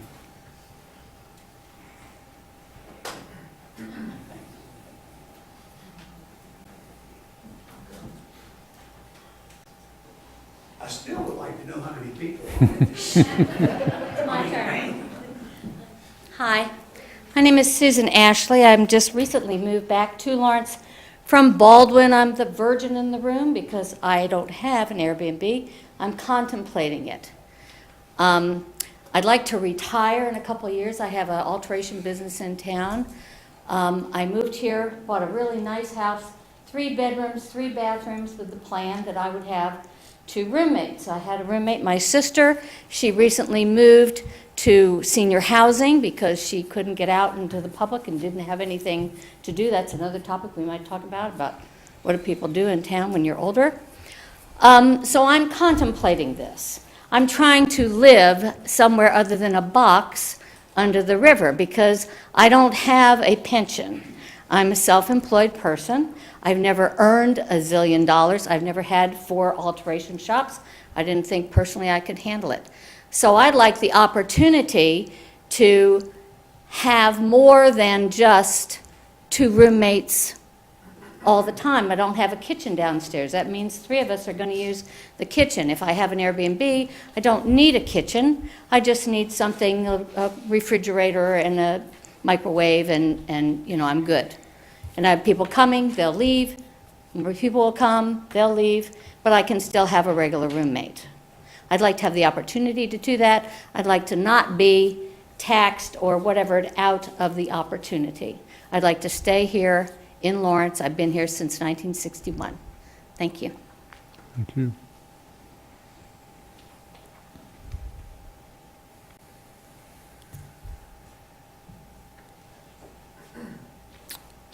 Any other public comment? Okay, we'll bring it back to the commission.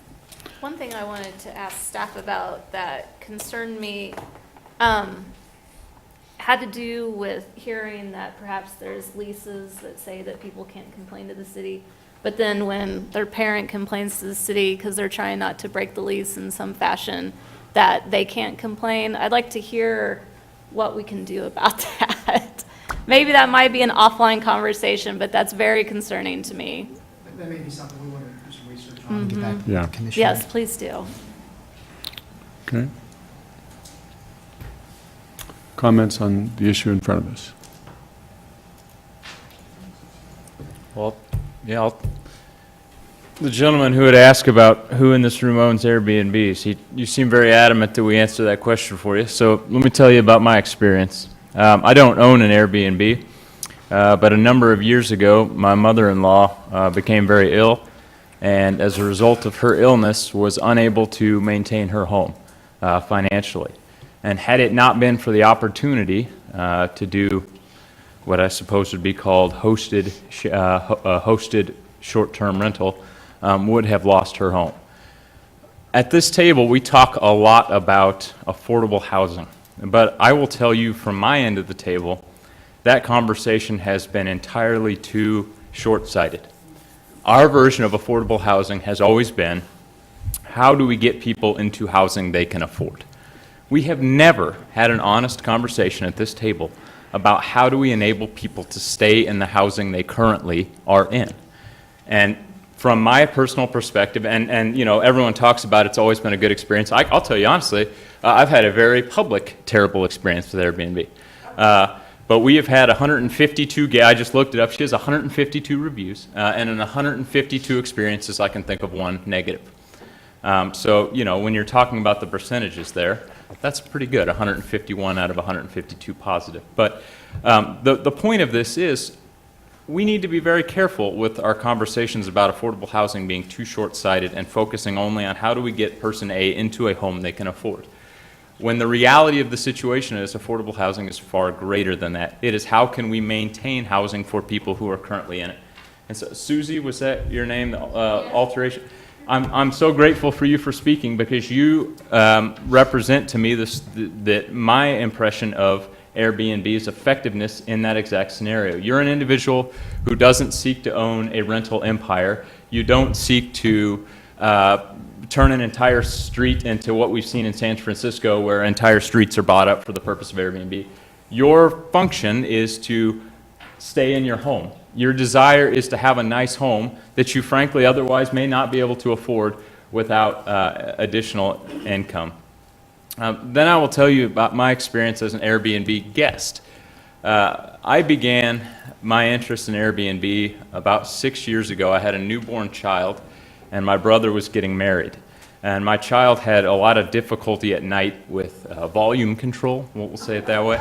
And we had discovered that staying in a Holiday Inn where you share a wall with 3 inches of insulation, if you're lucky, isn't a great experience when your child cries for hours at a time. And what we came to discover was being able to rent someone's home to where your child is only going to annoy you and your spouse was a far better situation for everyone around us. As somebody who enjoys traveling but didn't have a budget to travel, we discovered that Airbnb was a wonderful way to travel because we could stay in a place with a kitchen, which meant we could go on vacation without having to eat at 3 restaurants a day. It afforded us a lot of luxuries that frankly we shouldn't have been able to afford. In the last 6 years, I have vacationed exclusively through the use of short-term rentals, and quite frankly, have no intention of ever going back to what I call the big box, hotel chain. For some people, that's great. For people who like to vacation with their entire family, pets included, that's not really an option.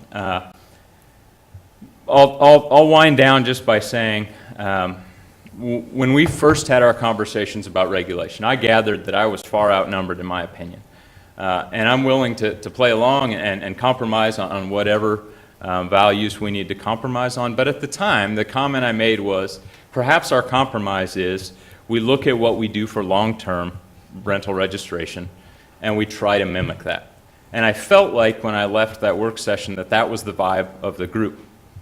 What I'm seeing tonight is similar-ish to long-term, but frankly, there's a number of changes that are significantly more severe than long-term.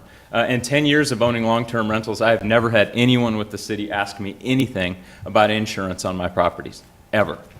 I could not have insurance on my properties, and no one with the city would ever know, and all of my properties are legally licensed and inspected. I'm not quite sure why I'm able to exist in that world in the long-term rentals, but if I go into short-term, I have to produce $1 million worth of insurance. Secondly, I'm not quite sure about the annual inspection process when, as many people have pointed out, and as somebody who runs long-term rentals, I can tell you, my mother-in-law's Airbnb is far nicer than any long-term rental we run, because it has to be, because she's constantly reviewed, and the market plays its market games where if she runs a crappy house, no one stays in it, she makes no money. We don't see the same effect in Lawrence for long-term rentals, and we know that publicly with our affordable housing study that showed 41% of our long-term rentals are listed as in poor or fair condition. I would just ask that we operate short-term rentals on the same playing field that we operate long-term, and as such have the same inspections for safety purposes, but also offer the same advantage to homeowners who prove that their homes are in good condition, as exists now when I have a long-term rental inspected. You know, Dan Devon shows up, he goes through the list. If I've got my smoke detectors, my deadbolts, my windows that open and lock, I've got all of those things in line, then that property can be another 6 years without being inspected because it has met the requirements. I'm not quite sure why we can't apply that same rule to the short-term properties. So that's where I'm at. I'll just tell you my non-commissioner comment would be that I read through this ordinance and it looks neat on paper. It's wholly unenforceable. It is wholly unenforceable.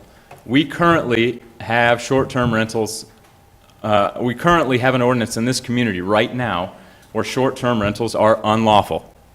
And if you go on Airbnb, there's 228 of them that pop up, including one for a property that we have currently given a city tax incentive to. For what? For affordable housing. They receive a tax incentive from the city of Lawrence for affordable housing, and they've got a short-term rental on Airbnb right now. It is unenforceable. It is wholly unenforceable.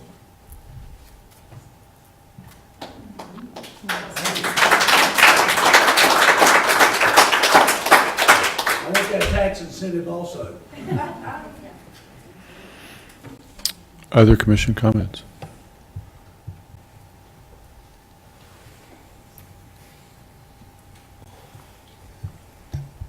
So I do have a question regarding the requirement for insurance and whether or not that's born from potential liability to the city because we're regulating it, and how that's different from long-term rentals, short-term rentals, and bed and breakfasts.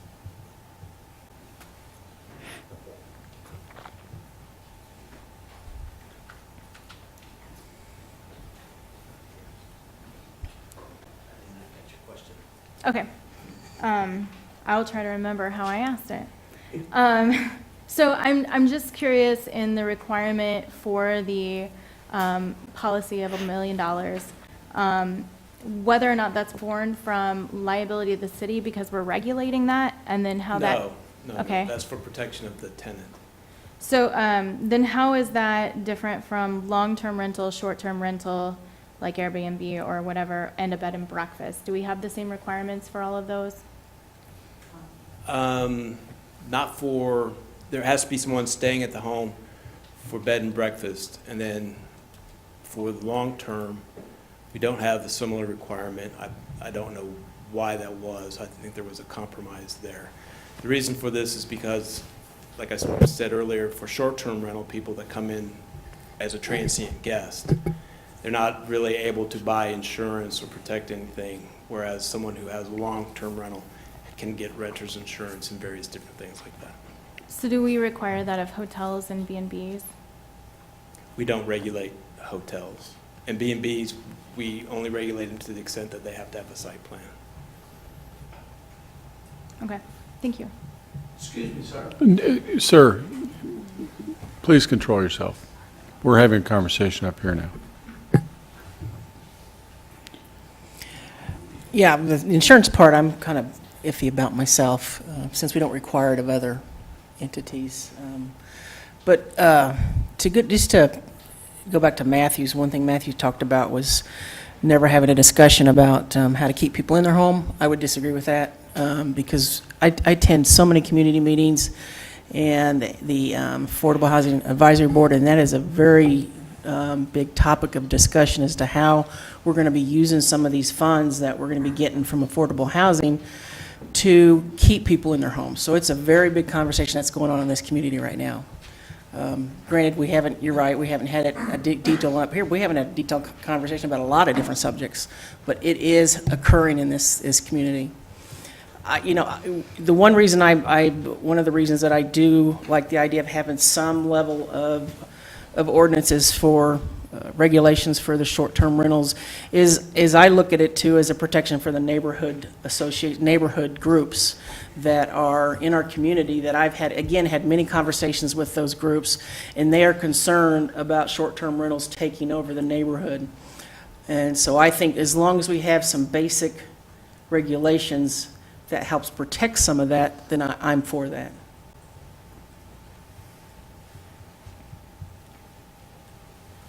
I think that we speak a lot using Airbnb, but that is not what everyone uses for their short-term rentals, and not all of these apps, advertisements. There's Craigslist, which has no regulation, and I am not comfortable relying on a corporation to regulate businesses in our community.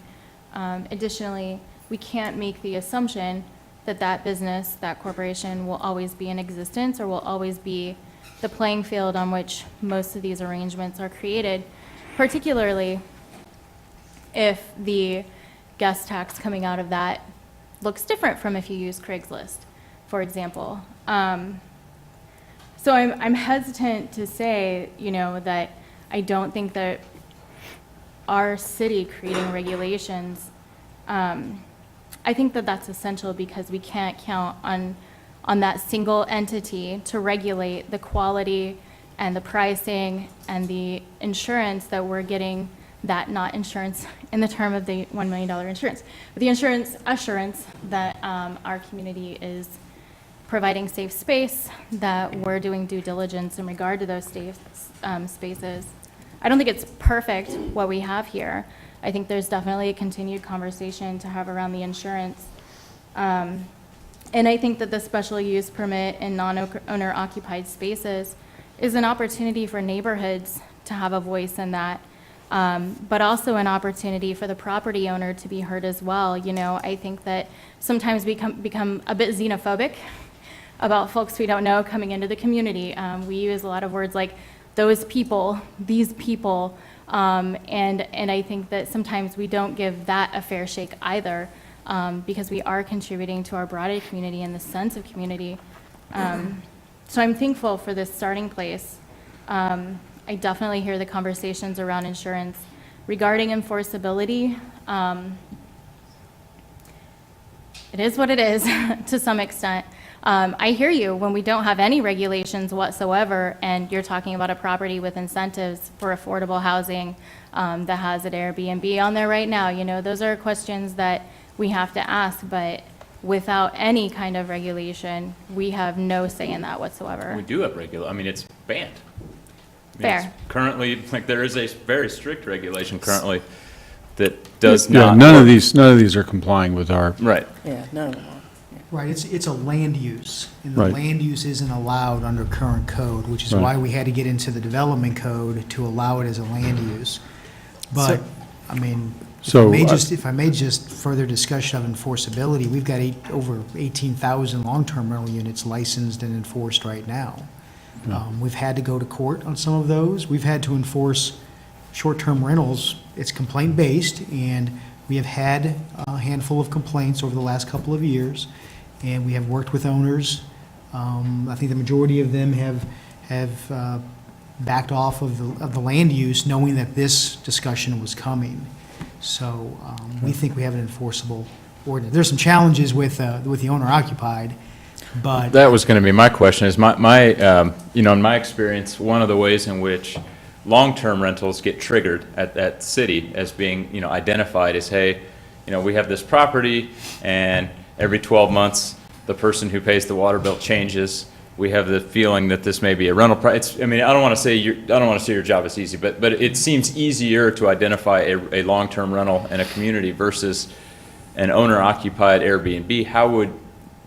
What would be the mechanism by which that would be triggered? Are we just going to have somebody scanning through Airbnb? if need be, that's how we've done. I don't want to give all of our tricks away, but we have developed methods to determine when we have overwhelming evidence to suppose that somebody is renting long-term or short-term.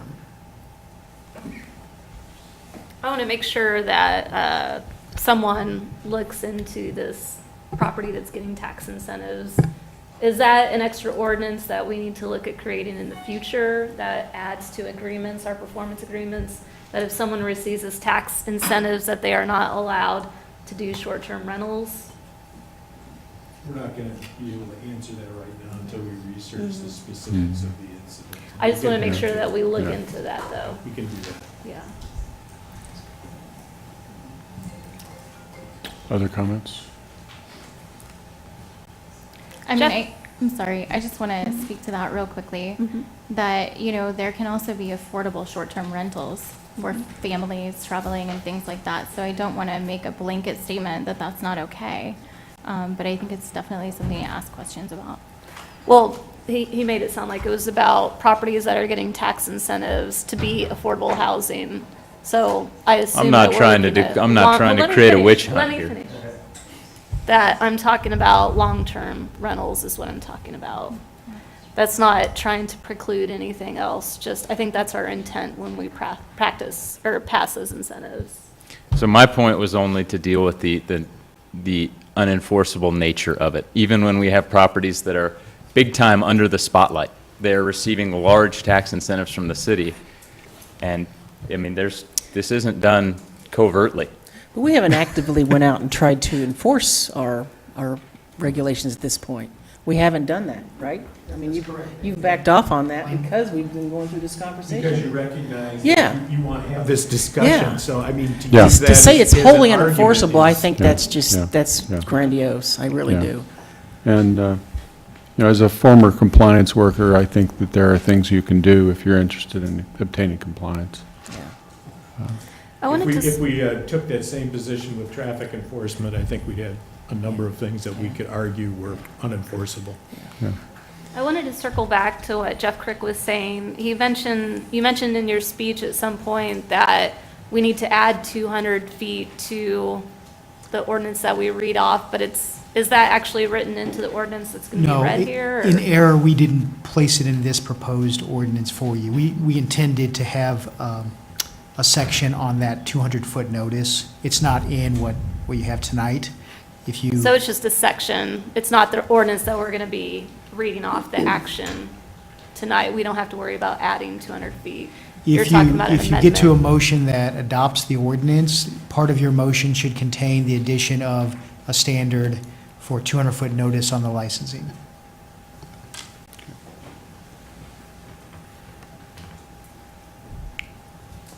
Well, I'd like to come back to the basic issue that we're essentially talking about regulating commercial activity in residential neighborhoods. And the idea that a homeowner can, by right, participate in short-term rental is a significant allowance of commercial activity in a residential neighborhood.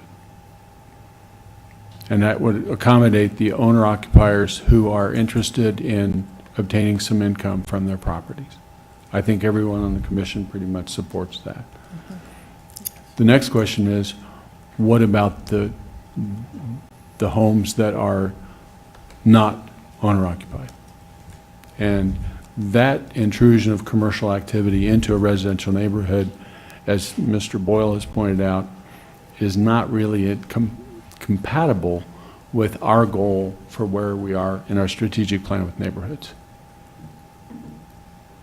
So I I'm going to disagree support with that these. statement. I'm going to support these as they're written with that one thing, because I think we need to be concerned about commercial entities coming in and buying our residential properties and turning them into short-term rentals. There's been indications in other communities that hotel companies have acquired homes simply for that purpose. So I think this is a good place to start. I think there may be some questions that we need to work out about insurance, but I'm in favor of getting started with this and having some rules that people will know and can follow. So are you saying that you feel like the special use permit process would be appropriate? Yes. Okay.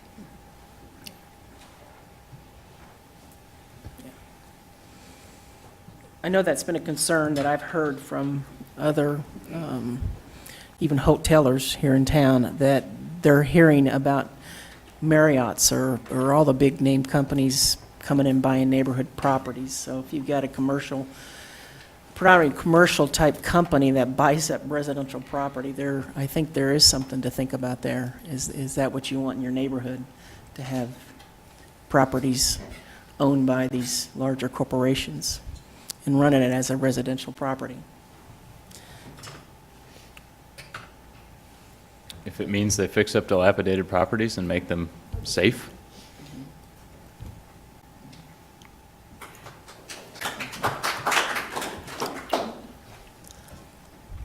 I mean, I'm not in any way opposed to the inspections. You know, I said that at the time we had our work session. I think we ought to apply the same standard we apply to the other commercial properties that come into neighborhoods, long-term rentals, because those are commercial properties. Well, Investors buy those up all the time. Those are residential properties in residential neighborhoods. And frankly, the rental inspection program for long-term rentals was adopted by a previous commission. It was not adopted by this commission or the one prior. And I think that to say we should revert to their standard as opposed to coming up with our own it's possible we should be trying to tighten the long-term rental inspection rather than No, I would agree making with this that, one yeah. less. So I think people have an idea of where they are on this issue at this point, and we have other business. I would entertain a motion.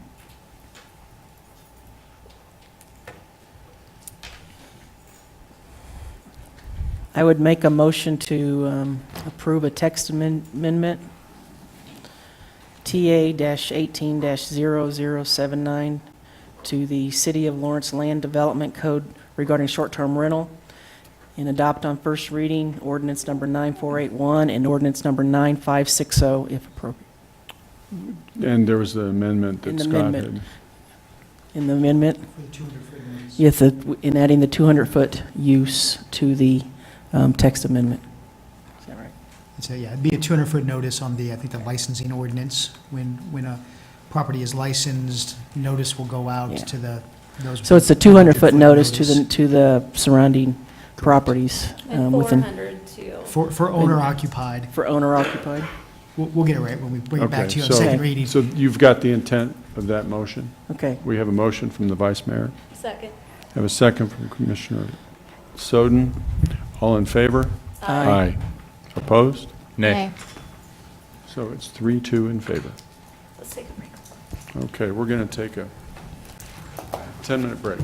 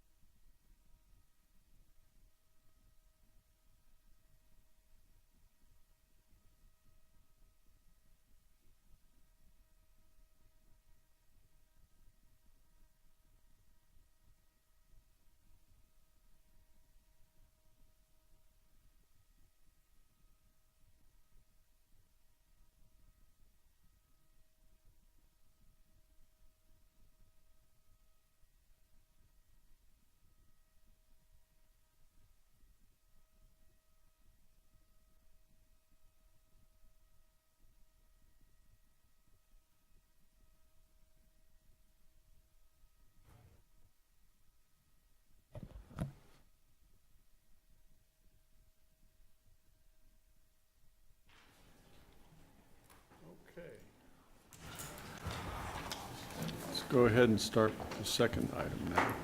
Proposed maintenance code regulations.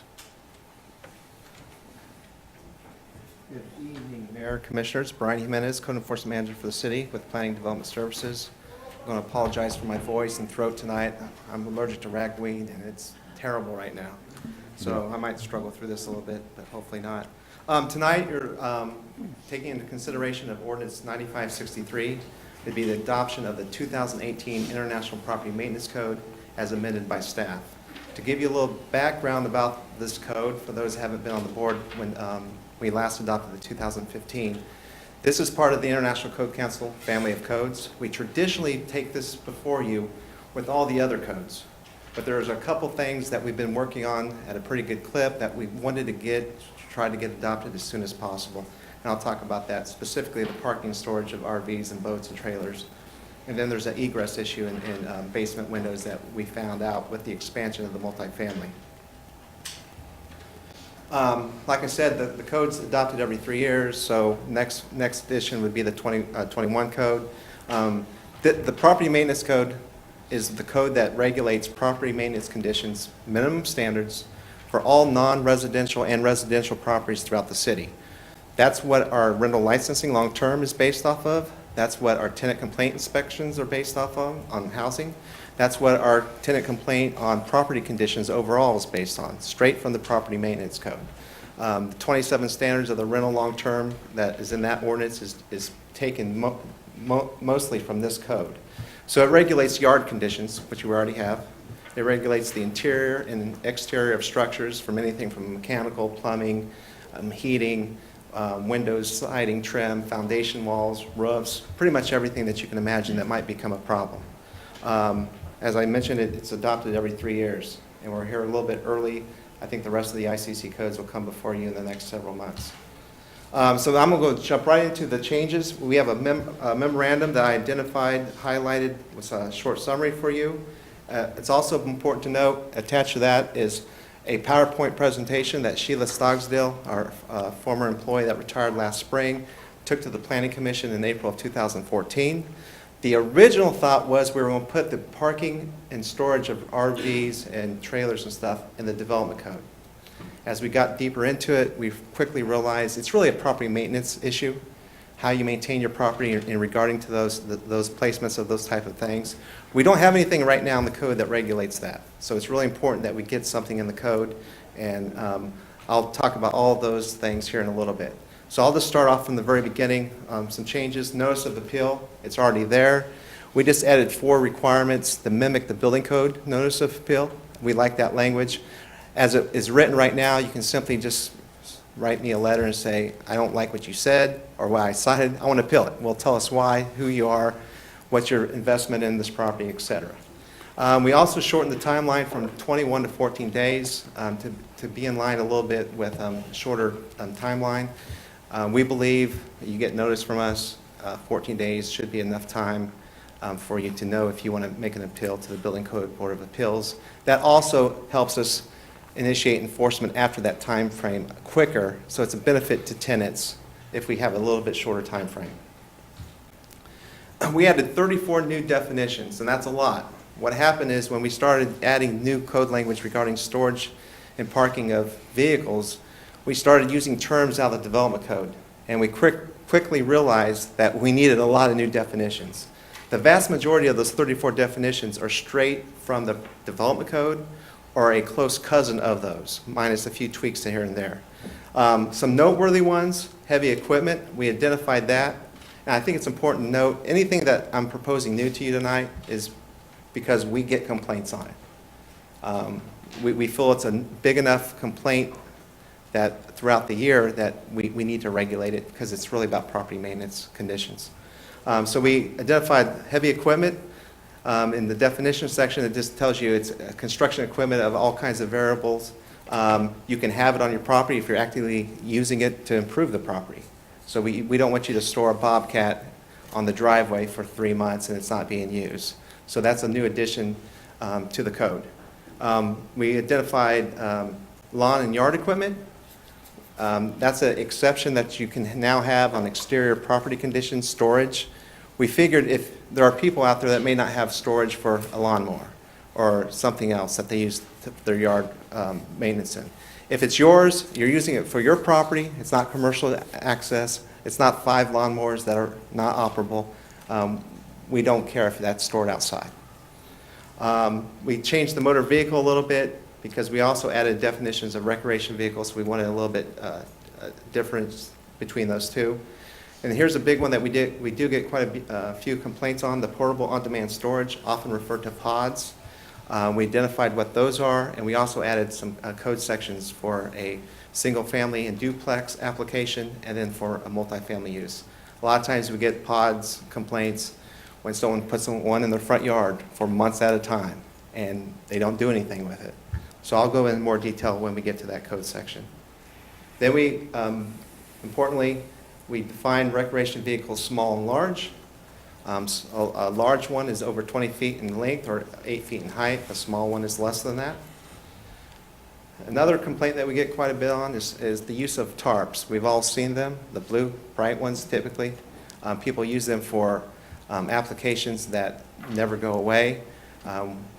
Once again, we say you can use it in a short-term application. We have them on roofs for long periods of time. We have them screening garage doors because the garage door isn't there. So it's really a property maintenance issue. And then we also identify trailers, small and large, same dimensions as the recreation vehicles. We also identify box trailers, enclosed or unenclosed trailers, which is typically your flatbeds. So that's a quick overview of some of the highlights of the significant ones that might jump out at you when we talk about these code sections. The vast majority of the changes are deal with the parking of motor vehicles, recreation vehicles, which can include boats, jet skis, and trailers on property. Currently, like I mentioned, we have nothing that regulates that right now. So if we get a call of something in a yard that's not a motor vehicle, because we do have that language, we don't have anything to tell people they can't do that. Most importantly, what we looked at is how many, what's reasonable, location. So we really focused in on what can you do in your front yard, what you can do in your side, interior, exterior, and what you can do in your rear yard. So what we came up with, we are going to, the way it's written is you can have 3 RVs or trailers in any combination thereof on the property with only 1 large. Okay? So you can have a large RV in your driveway. I'll show you some diagrams here that will help explain it here in a second. And then you can have 2 smaller ones on your property.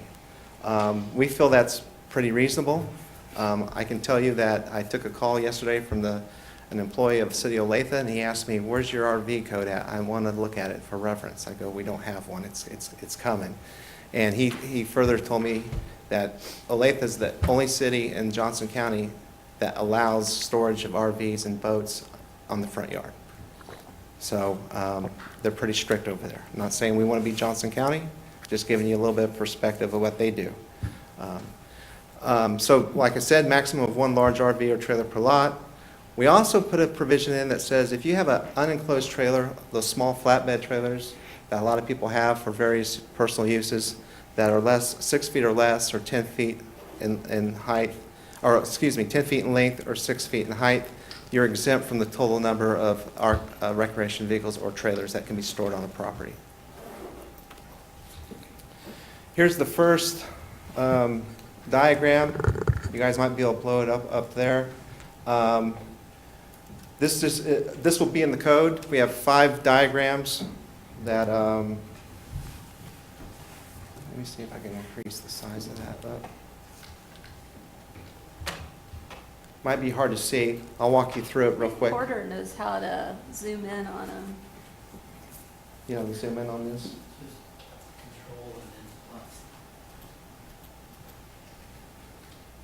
Keep going. Okay. It's probably as big as we can get. So this first one is a rear yard. We view RV or trailer storage in a rear yard like an accessory structure. So we require you to be 5 feet from the side property line, 5 feet from the rear property line. and it shows you how many you can have in the rear yard, and then it gives you a little bit of narrative of the code language, maximum of 2 in the backyard, maximum of 1 or 1 small or 2 small.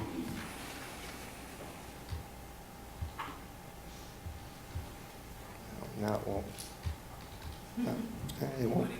Yeah, well, I want to forward. Maybe escape. Uh, Oh, that went all the way up. Thanks, Leslie. You're welcome.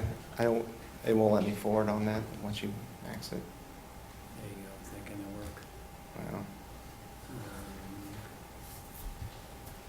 You just try to move slides. There you go. yeah, but once it increases, it won't let me move slides. So control plus increases, control minus brings it back. Okay. Okay. So the next slide is rear yard abutting an alley, and it can also be a corner lot. You see the 10 feet up in the upper left-hand corner. That 10 feet is for storage of an RV or trailer at the alley. That 10 feet is going to mirror the code language in our development code for parking of normal vehicles. If you're not on an exterior lot with a street on the side and an alley on the back, the same 5-foot side yard setback applies. And much like an accessory dwelling unit on an alley that can be adjacent to the property line at the rear, as long as you don't enter straight into the alley, we obviously will allow the storage of those vehicles or trailers at the property line off an alley, just like parking is allowed right now. I'll have to shrink it. Okay, that works. This diagram is a rear yard also. So we have 3 rear yards. We have just a normal rear yard, we have a rear yard with an alley, and a rear yard with an alley abutting a side street corner lot. And then we have a rear yard adjacent to a property behind it that takes its front yard adjacent to the rear yard of this property. So we have, once again, we have regulations on that, 5-yard setback on the interior. If the property has a driveway in the rear yard, like many corner lots do, we're saying you have to have that RV or trailer 18 feet back from the curb, or the absence of a curb, the edge of the pavement. And the way we got that was when Sheila did her initial research with the Planning Commission, they really liked having a car length of open space, especially if there's sidewalks. Some RVs are parked from the front of the building to the sidewalk, and it's a safety concern with kids on bikes, people walking, and it's also just a line of sight issue. If you can imagine, if you live next door to someone with an RV that goes from the front of the building all the way to the street, when you walk out of your property, you don't see anything down the street except for a big RV. So if you can meet the 18-foot requirement and a rear yard with a driveway, you can do it. And then one other thing, right below that, if you don't have a driveway and it's in the rear yard and you are adjacent to a side yard property line of a property behind you, we say you have to have storage behind the front setback of the adjacent property. So what I'm saying here is that property line extends with a dotted line. This unit right here is not on a driveway, so what we're saying, to keep that line of sight and everything, and from a nice look, this unit right here needs to be behind the front building line, or the front setback, because the front building line can change, behind the front setback of this property right here.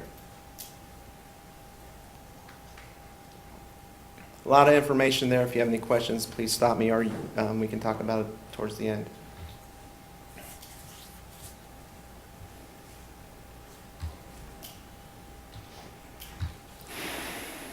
This one's a little bit cleaner because we're talking about interior side yard.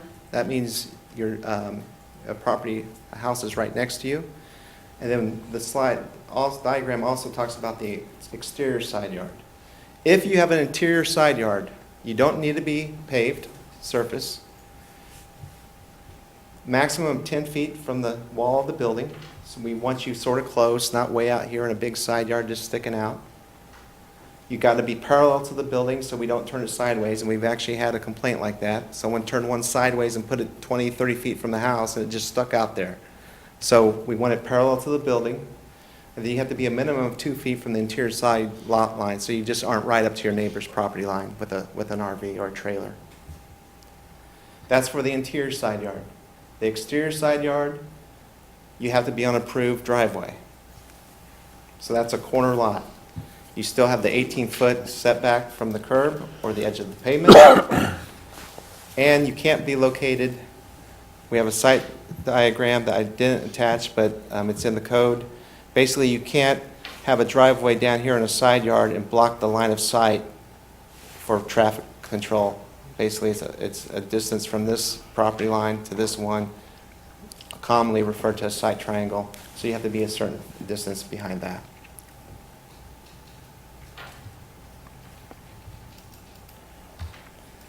And then lastly, on the diagrams, front yard,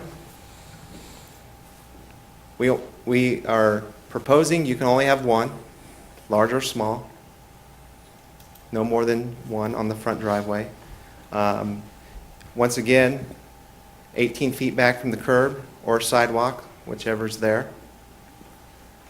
We do have a maximum length of 30 feet.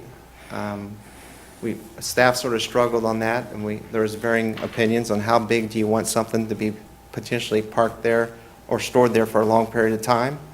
So that's what we came to agreement on. We do allow for a larger one if you have a larger lot. If you have 75-foot street frontage and you can get it back 50 foot back from the street curb, you could have something bigger. So some lots might come into mind, Monterey Way areas, Lawrence, North Lawrence, some big lots that might have that, where a larger RV won't look so out of scale if it's on that property.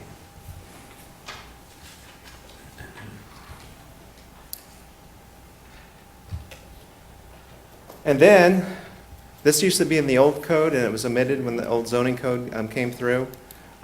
We wanted to make it clear, because we get complaints on this, of people living in mostly RVs on private property, like in a backyard, just living in it long-term. So we did a code section that basically says you can't live in it permanently. You can't be connected to sewer, water, or electricity unless that's being used to clean the unit. And you shouldn't be able to store a bunch of stuff in those and just have a sort of a outdoor RV storage facility. So those are some regulations that we think are relevant as well. Heavy equipment, talked about that in the definition, 302.9.12. Basically what that says is you can have it on your property, but you can't store it there. So you can't own a construction company, bring all your stuff home and pile it in the driveway. But if you're doing some type of home project that's actively being used, you're good to go. Temporary use is typically 30 days or less. Or we can approve it to be longer. If we had a complaint, we went out and it's day 33, and they tell us, hey, I need 2 more weeks, most likely we're going to say that's reasonable, and we'll monitor it. We just don't want to get to the point where people are storing this type of stuff for non-residential use on the property.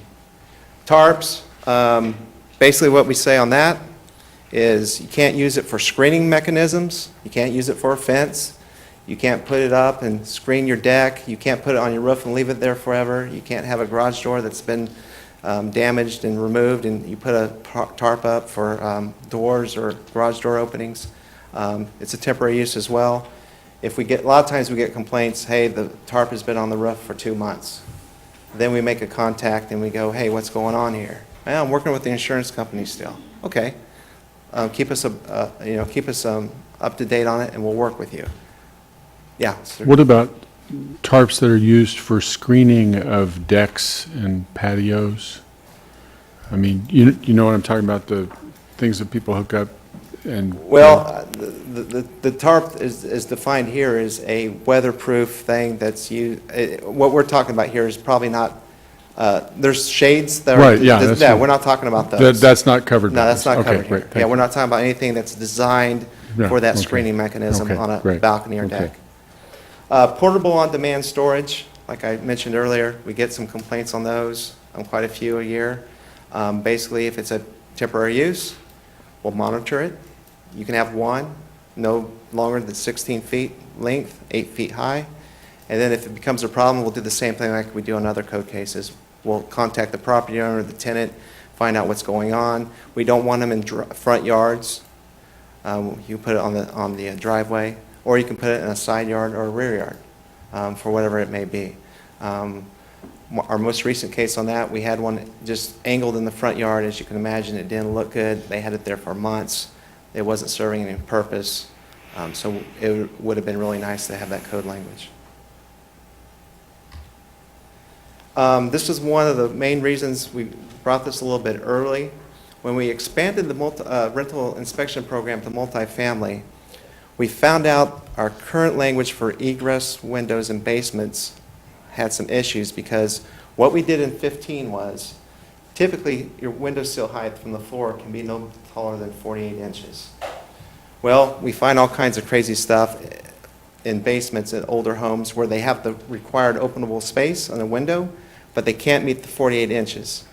So we put in the 2015 code 2 permanently affixed steps, 8 inches each, to give you a 60-inch increase to allow for windowsills higher than 48. So it basically gave you a 64-inch windowsill to step on 2 steps and get out and get outside safely. Now, it's important to remember the best way to get out of a bedroom on any floor is early detection, smoke detection. So hopefully that works. But if you can't get out, early detection by smoke alarm, then the only other option is getting out the egress window. So we treat basements a little bit differently, longer path of travel to the front door. It might be further down, obviously it's below grade. So what we did was, we found several where they were higher than 64, it wouldn't meet code. So we brainstormed, and what we came up with, we took the step away, and we said, why not just do a ladder affixed to the interior wall, much like they do the ladders outside on the exterior egress. So if we find a property that can't get the 48 inches, as long as they have the openable space of 5 square feet to get out, we'll allow you to do a ladder with the dimensions that are specified in the code, apply it to the interior wall, and that gives a full exiting from the ground level of the floor all the way to the window. So we think that will work. We thought the step would work, but then all of a sudden we got into some multifamily. They were built that way many years ago. We're not going to tell those owners to tear out the foundation wall, put a 5.7 square foot window in, drop the sill plate down to 48 inches, and as you can imagine, we would have a lot of property owners calling you guys. So we think that's a reasonable solution. There was a lot of code language added to Chapter 7, fire safety requirements. We deleted a lot of sections in that code because what we found out, it's in the IFC, the International Fire Code. It's already there. Some of that, the fire department finds on some of their inspections that they do, where they just do the interiors, look for fire alarm systems and such. So we consulted with the fire department, and as we did with other property maintenance codes, and we agreed that we would delete that. All the smoke alarm requirements that we enforce today remain the same. And lastly, about the 2012 edition, the Property Maintenance Review Board considered carbon monoxide detectors. So I thought it was going to happen in 12. I thought it was going to happen in 15. It finally happened in the 18 edition. We amended that code section, and the reason we amended it is because currently written, it references the International Residential Code for 1 and 2 family dwelling units, and then it references the IFC for other type of units. So you would be looking at 2 different codes depending on the type of dwelling unit it is. And then you throw in the fact that if there's certain types of alterations or repairs that may require carbon monoxide, we could potentially be going to a rental unit that had a action taken, building permit, that required a carbon monoxide, and then we would be enforcing a different set of rules for that unit, where if this unit over here didn't have anything that triggered the carbon monoxide, they wouldn't need one. So what we proposed is everyone needs one. okay? We identified the locations, vicinity of the bedrooms. If there's a fuel fire appliance in the bedroom, you need one inside the bedroom. So if you have two separate locations for bedrooms, you would need two separate carbon monoxide detectors. They can be battery operated. I don't know if anyone has them in their homes.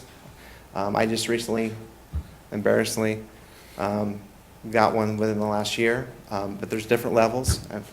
And we also said you can have a combination. So if you need a smoke detector, there's the combination CO smoke detector. You can put it up. It serves two purposes.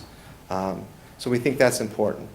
When you need one, fuel fire appliance inside, so furnace, water heater, or if you have a garage that's attached directly to the dwelling unit. So if you didn't have a garage and you had all electric appliances, water heater, furnace, you wouldn't need one. So that's that's easily identifiable when we inspect those. So we think it's probably something that should be in the code. It's probably way overdue. It's not a significant cost to property owners. I don't think we'll get much pushback from the life safety component of that. And that just goes over what I just told you, where they're supposed to be located, combination, each outside of each sleeping room. And that's my presentation. I'll stand for comments. We recommend the approval of ordinance 9563 tonight. Questions for Brian? Yes, I have a couple of quick Yeah. questions. What do you see in the regulating specifically RVs, trailers, things like that, the anticipated impact on enforcement to be? Well, most of our complaints now have to do with location, number, condition of those. One thing unique about this is, depending on where you live and the configuration of your lot, the size of your lot, if you're on a corner lot, you may be able to do more than an interior lot on a smaller lot. That's just, we can't write code to address every type of residential lot in the city. So with us allowing for 3, and if you can meet those requirements, I don't think the impact will be significant. I think there will be the chance for a lot of people not to meet that 18-foot from the curb. I know somewhere close to where I live, someone has one that's from the garage door 5 feet from the curb, and it just takes up the whole driveway. So that might be an impact. It depends on how long your driveway is. Personally, I don't have an RV, but if I wanted one, I have an extremely long driveway. If there wasn't the maximum 30 feet suggested code language, I could put a 45-footer in my driveway, no problem. But we don't want that. Those are huge. What is the average size of an RV? You mentioned 30 and 50. Well, when we started doing this, we looked at all the different types, and it made your brain just hurt, because there's ones that fit on the back of a truck. There's the typical fifth wheel that attaches to the bed of a truck. There's the self-propelled RVs.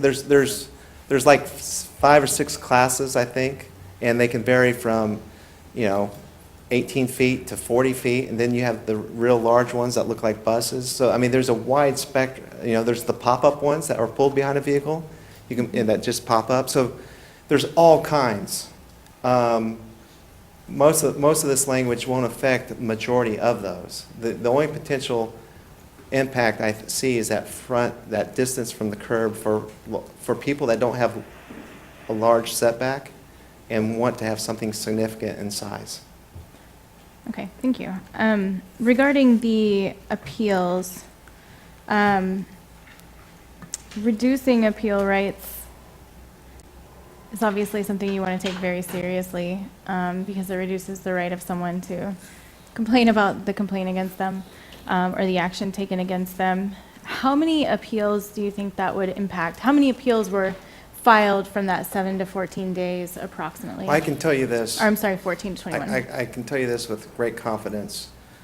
We average, and I'm not exaggerating, about 1 appeal every 2 to 3 years. Because what they're saying is we interpreting the code wrong, and we use pretty good discretion. And every appeal that's been before the board has ruled in our favor. What we do find, and the reason I think we wanted to shorten it, is we found a lot of problematic owners that didn't want to work with us. They came in on the 21st day to file that appeal at the last moment because they were unorganized. And then we're starting, trying to get compliance that much longer, waiting for the appeal process. I personally don't think it's a significant reduction. For example, in our development code, the appeal time is 10 days for appealing an administrative decision of our planning staff. So it's 4 days longer than what the development code says. And so when someone gets a notice, that appeal rights language would be included as well as the exact language, so the 4 sentences that you're adding, I think you said, that information that they are required to submit. Yes, we would incorporate that into the notice. That before, it's very simple. You have the right to appeal this within this many days, and then we get appeals with a 1 sentence saying, "Dear Brian, I want to appeal this notice," and that's it. And then we end up calling people and like, "You got to tell me, you got to give us more than that." So that's why we took that language out of the building code to make it a little bit more substantial. We'll take your appeal, but you got to do certain things to make it valid. Okay.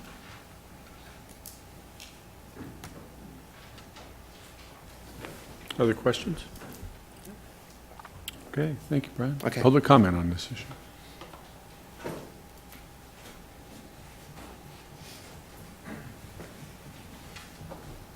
KG Walsh, I just have a question about tarps, and I really respect Brian's department. I think they do a great job. But I want to make sure that all the people who have wood-burning stoves and heat with wood can still use tarps to keep their wood dry. And you're going to see those blue tarps, but you got to keep your wood dry. So that was my question. Thank you. Thank you, KT. Would anyone care to respond to that? Brian, you want to? I would say that's a pretty good comment. I don't know if we have thought about wood. We do have requirements for firewood to be stacked neatly, and so it can't be in the front yard. It has to be behind the front building line. Yeah, I think that's a value. I mean, firewood is one of the exterior storage allowances, so I think we can make an exception there and permit that. I was actually going to ask you the same thing, but the way the code read, it seemed specific to the building, which is why my interpretation of it, not being in your department, was that it would be allowable. Because it seemed like all the impermissibles dealt with the roof and the physical building structure itself. There's one exception, Commissioner Herbert, is we talk about vehicles as well. Oh, that's correct. So yeah. we don't want you to put a blue tarp with bungee cords on a car. Right. And we say a car cover that's designed for that purpose in good condition is allowable. Okay. So, yeah, most of it, you're correct. It's about the building itself. So would that need to be written in the code, the exception for the wood? Yeah, to be, fair and accurate, yeah, What about tarps on boats? Well, it'd be the same thing. If you have a boat cover, it's allowed. Designed for that, Right, yeah.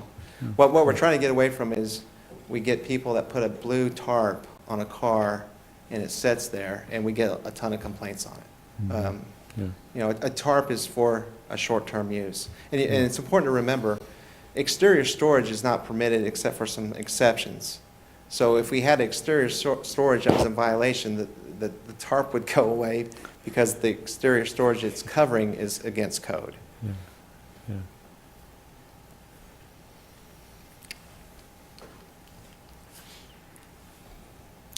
Other public comment?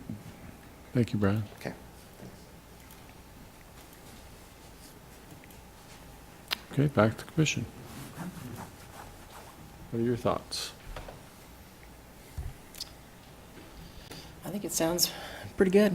It sounds pretty, tighten it up quite a bit. That's good. Their department's done a good job. I can speak from experience during rental inspections for a number of years now.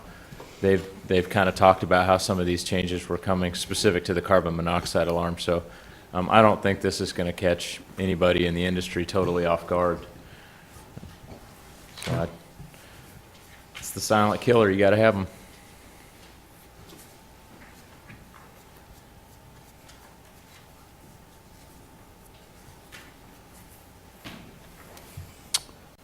Okay, well, I believe there's interest in some language about tarps and wood. Other than that, I think it's pretty much what we're looking at. So this would be to approve the property maintenance code regulations and adopt on first reading ordinance number 9563. I think we had public comment. Yeah, we had public comment. KT got up, I think we asked again, nobody? Yep. So I'd make a motion to approve property maintenance code regulations and adopt on first reading ordinance number 9563, deleting and repealing current regulations if appropriate, with direction to staff to address tarp used for covering firewood and permissible exterior uses, storage uses. Second. We have a motion from Commissioner Herbert, second from Commissioner Ananda. All in favor? Aye. That's unanimous. Okay. Third item is to consider authorizing the city manager to execute a professional services agreement with Aqua Backflow, Inc. Mayor and Commissioners, Dave Wagner, Director of Municipal Services and Operations. I don't know where that slide is. Oh, there she sits, okay. We wanted to talk to you briefly as well as propose in agreement with a third-party administrator for our program. The Cross Connection Control Program is a mandated program that is driven by the regulations that you see that we put up on the screen. It's both in the municipal code, international plumbing code, and as well as an administrative regulation through the state of Kansas.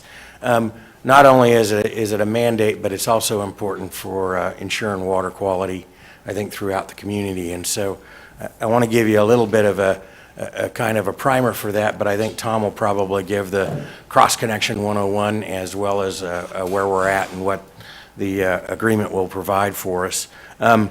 One thing I want to stress about what we're proposing tonight, it's not a change in the requirements that we have on the community or the people that have backflow devices. It's an administrative improvement, we believe. We've been attempting to manage that internally within the Utilities Department for some time, and that program could certainly use some improvement. It is also, I want to make sure there's a strong connection to the strategic plan, specifically in the area of safe, healthy, and welcoming neighborhoods. So good water is critical to that, obviously, and protection of the water and to the citizens is very, very important.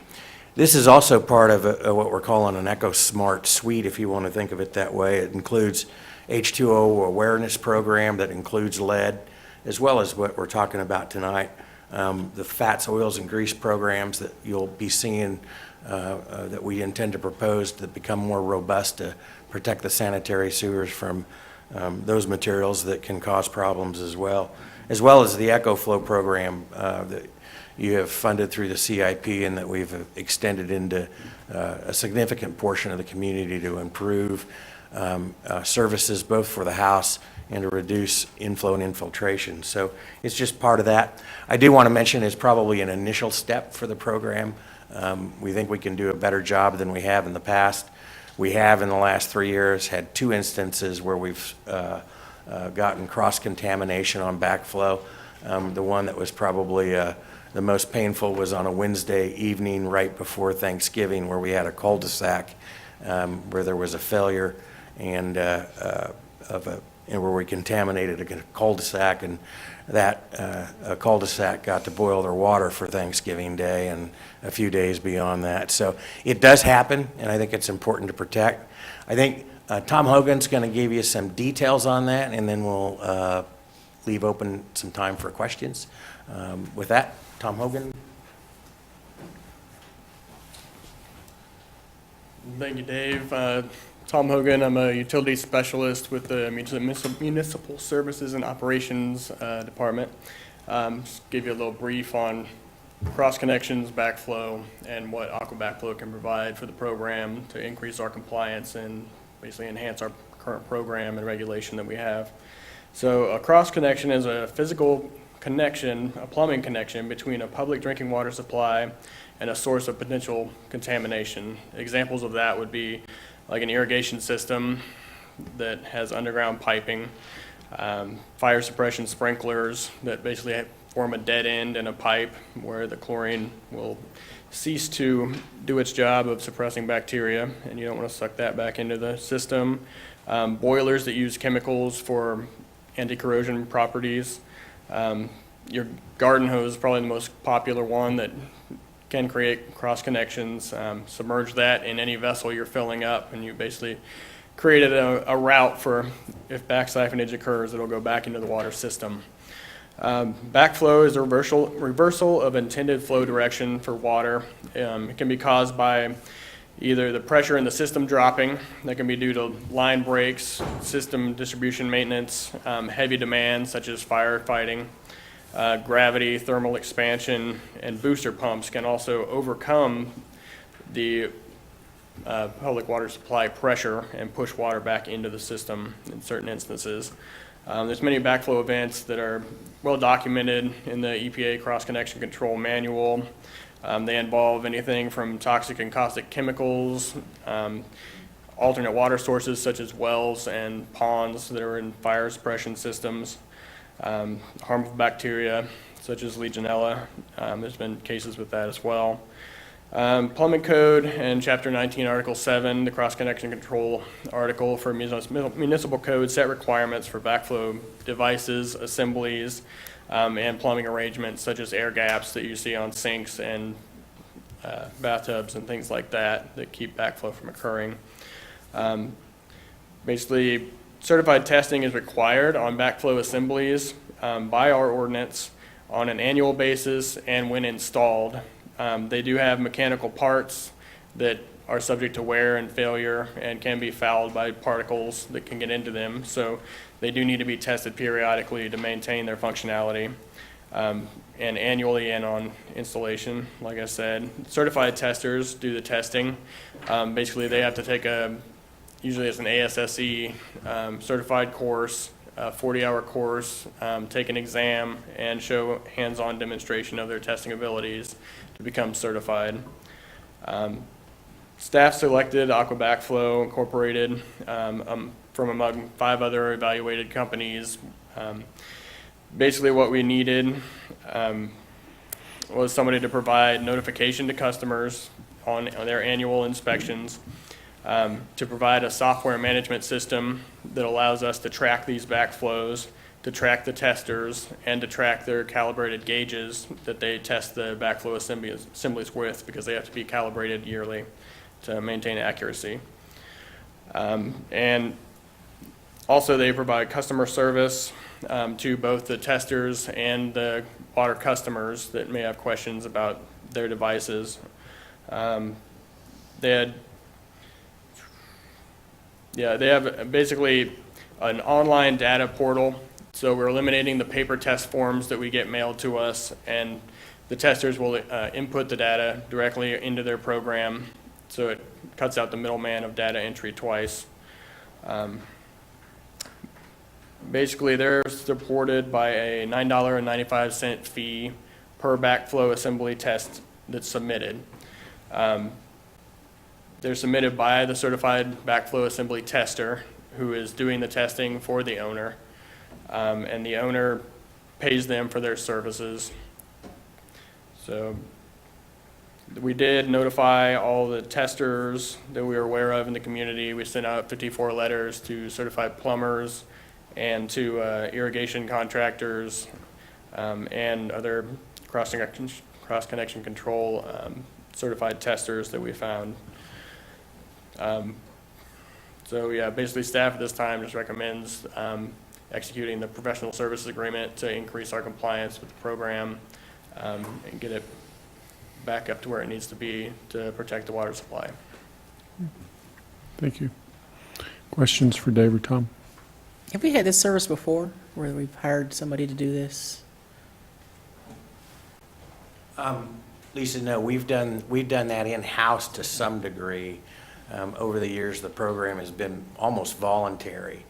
and we think it needs to be more in tune with outreach and making sure people understand their responsibilities, as well as gathering data. Right now, we don't have a good feel. I think we've identified 4,900 that we believe of these kind of devices are out there. I would anticipate that there are a lot of unknown devices that we're not aware of yet. And this program will help us increase that inventory and data over time about where they're at, how they're performing, and making sure they're working appropriately. Okay, thank you. Is that? Yeah. Other questions? Okay, thanks, guys. Public comment on this issue.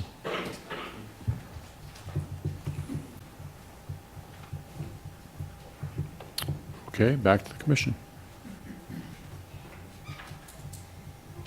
Actually, I did have one more question. Okay.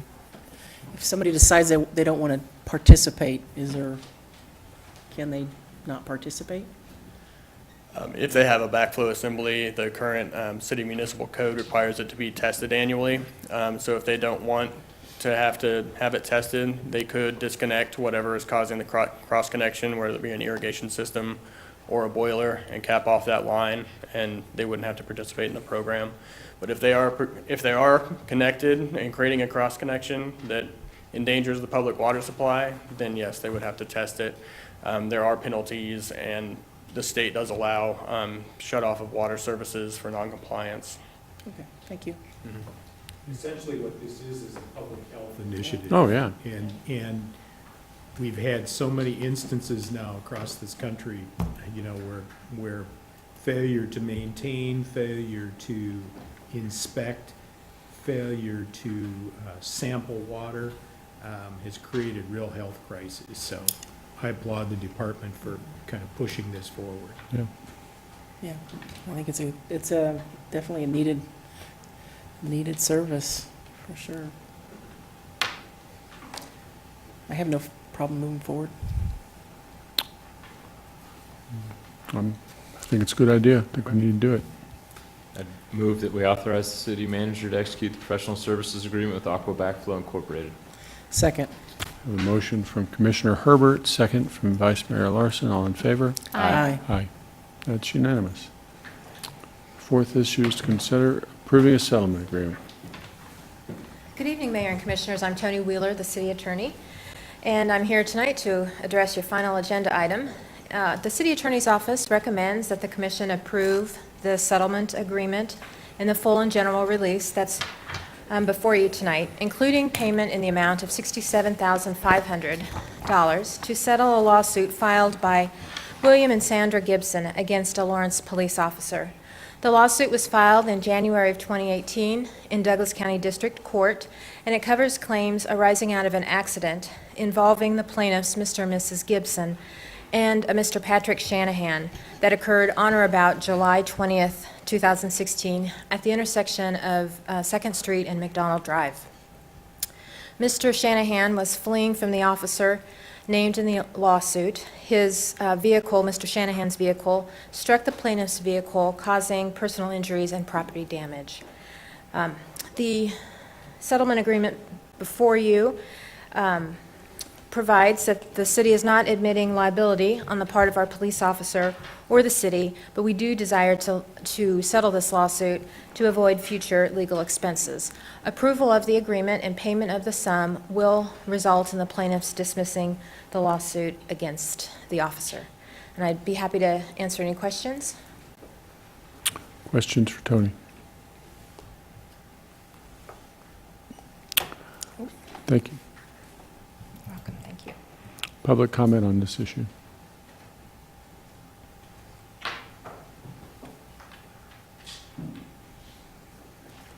Okay, back to the commission. I appreciate staff working on this. I appreciate the situation we're in. I think this is a way to resolve the matter without further litigation, and I appreciate that. I would concur. Thanks very much, Tony, staff. Yeah. Well, I'd move that we approve the settlement agreement in full and general release resolving the lawsuit William E. Gibson and Sandra L. Gibson versus Lawrence Hamilton et al.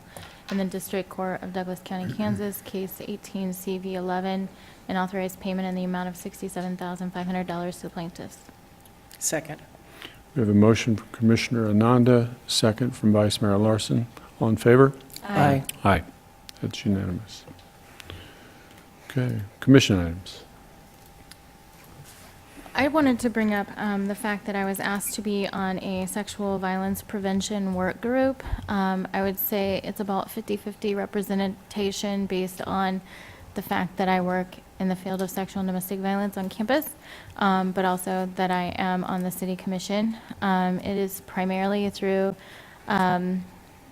United Way, as well as there are folks from the STA Care Center. There is, I believe, Amy Rhodes is her name, the detective who does sexual assault investigations. There are folks from KU who are on the Heartland Grant. A few others from the health department, et cetera. But I realized that I hadn't mentioned that public to this group specifically. And I wanted to do that so that you all are aware, and so that if you do have concerns regarding me being in that work group, particularly since it is at least partially due to my position in the city commission, that you could raise those concerns. I guess my question would be, how does this relate to our advisory board, governing board?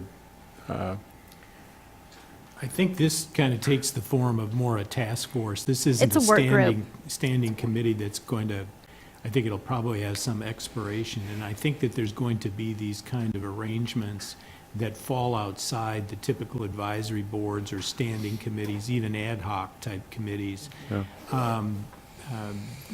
Jennifer brought this to my attention, and my thought was that, as we discussed it, that it would be best for her to advise you and seek your concurrence with her continuing to serve in that regard, just so that you're all aware that she's doing that, because she may get quoted at some point, she may have a part in a discussion or a recommendation about something at some point, and it would just be good for you to know of that and raise any concerns that you might have. But I don't think necessarily this rises to the level of a formal advisory board or standing committee. And it's not an appointment that we're making, it's something that... No, Right. I know. In Yeah. fact, I think that's clear because she's already on the committee.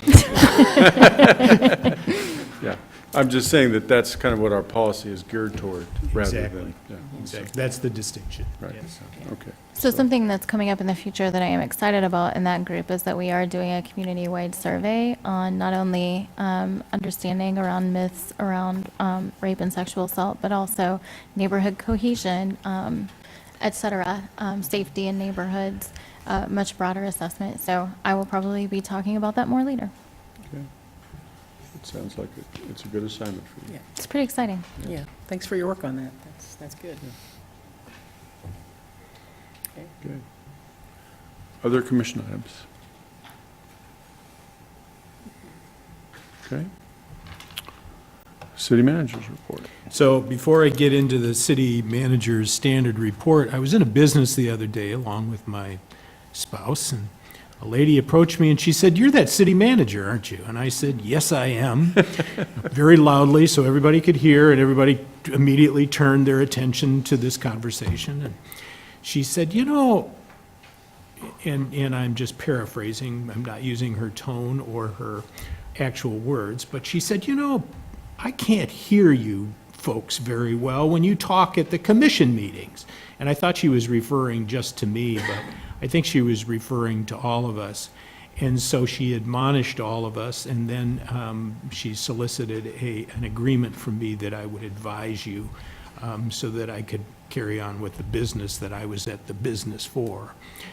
So I'm advising you that we need to all speak louder into the mic so that the viewing audience and the attending audience can hear us. With that, I think I've satisfied my promise to our citizen. Thank you, Tom. You're welcome. Common Ground Community Garden Program update. Lawrence Common Ground Community Garden Program was created in 2011 to support urban agriculture and community gardens, resulting in increased local food production and providing community benefits. Existing sites include multiple rent-a-plot sites in parks and residential areas, a community orchard, a 5-acre incubator farm, and a permaculture garden. There's a tour scheduled for October 5th, and we've attached tour information about that in your packet. We'd encourage you to attend. I just wanted to mention something else. This program has received quite a bit of attention, and Common Ground has been recognized at both the regional and national levels for some time now. Mid-American Regional Council has designated us a sustainable success story in 2012 and 2017. Lawrence Douglas County Community Health, a Champion Award in 2018 given to Amy Polson, founder of the incubator at John Taylor Park. Case study in a forthcoming USDA publication on market-based urban agriculture, and over $32,000 in grant support. So this is one of those great collaborations that's occurring between the various entities supporting this and the public to be quite successful. You have a Planning and Development Services monthly project report, and there's a number of notable development projects that have filed applications. I encourage you to take a look at that. So it appears that some of the economic development is fairly robust right now. The August monthly building permit report, I just want to point out a couple of stats in there.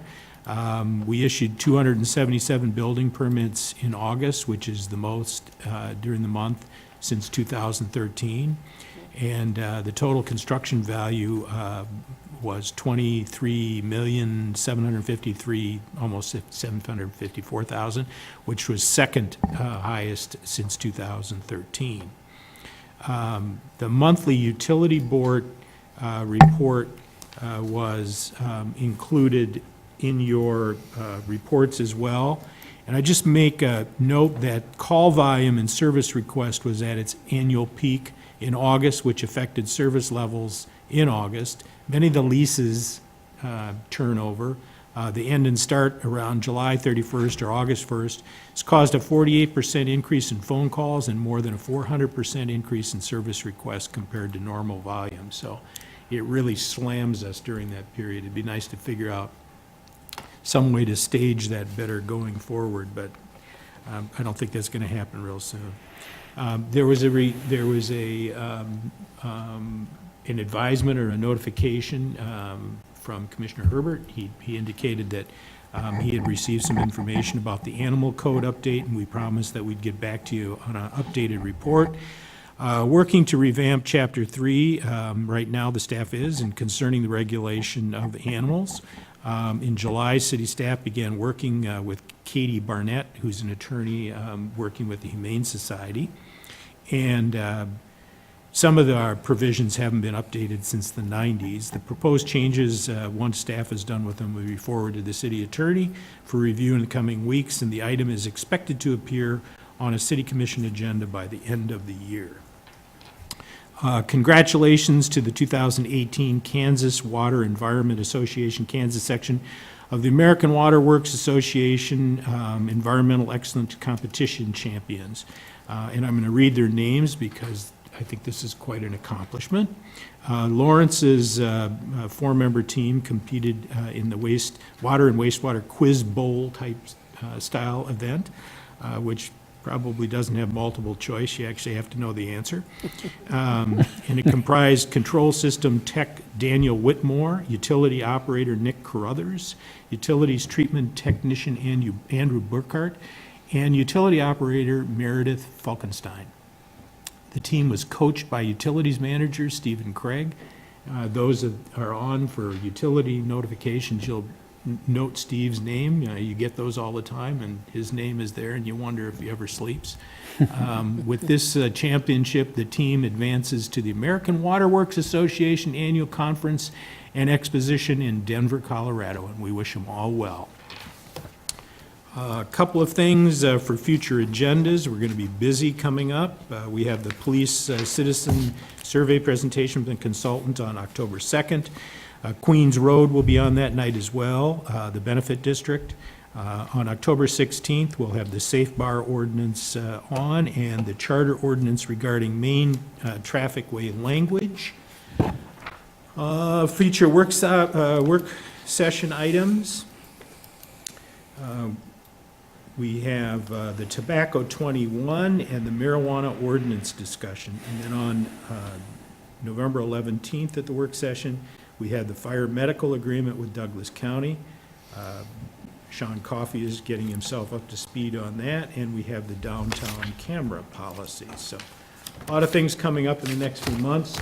I have one more item that I want to share with you. This is a letter, and one goes to Rochelle at the end as well. And I'll read the letter for the benefit of the public. This is to Mayor Boley and city commissioners. It is with a mixture of reluctance and excitement for what is next that I write to advise you of my intent to resign in the spring of 2019. I was clear during the hiring process that I would not likely be a long-term city manager in Lawrence. While I'd hoped my tenure might be longer, I've decided it is time for me to move on. Hopefully, the length of my notice will provide the City Commission with the necessary time to secure my replacement in order to effectuate a smooth transition. Lawrence has provided the professional challenges that I sought when I took this position. Lawrence has a number of ongoing challenges to deal with, but has the necessary resources to meet those challenges if properly managed.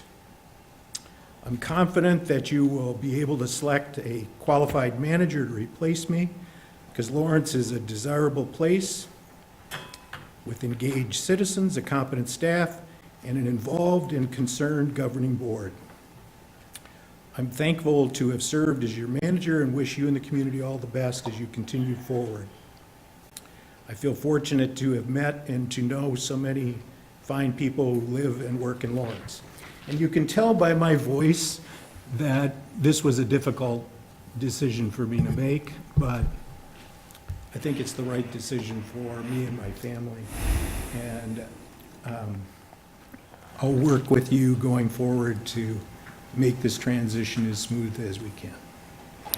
Tom, I know that all good things have to come to an end, but this is coming to an end earlier than I'd hoped. I really appreciate the chance I've had to work with you and learn from you, and our community has benefited greatly from the leadership that you've provided. Thank you. And I just want to thank you from the bottom of my heart. Appreciate that. Isn't there a way we can refuse your resignation? Yeah, he can always refuse it. You know, I was looking forward as to a number of things that we need to deal with as I move forward, and I think that, quite frankly, first off, spring starts March 20th, and it ends in June. And what I really want to make sure of is that we do have a smooth transition, that you have a process that you're comfortable with, that you select a replacement. And so I'm trying to give you as much lead time as I possibly can. There's a lot of things in, you know, that my family and I, in particular Deb and I, you know, discussed. We now are going to have 4 grandchildren under the age of 3, and they're kind of in the upper Midwest, and so we'd like to be able to spend more time with them.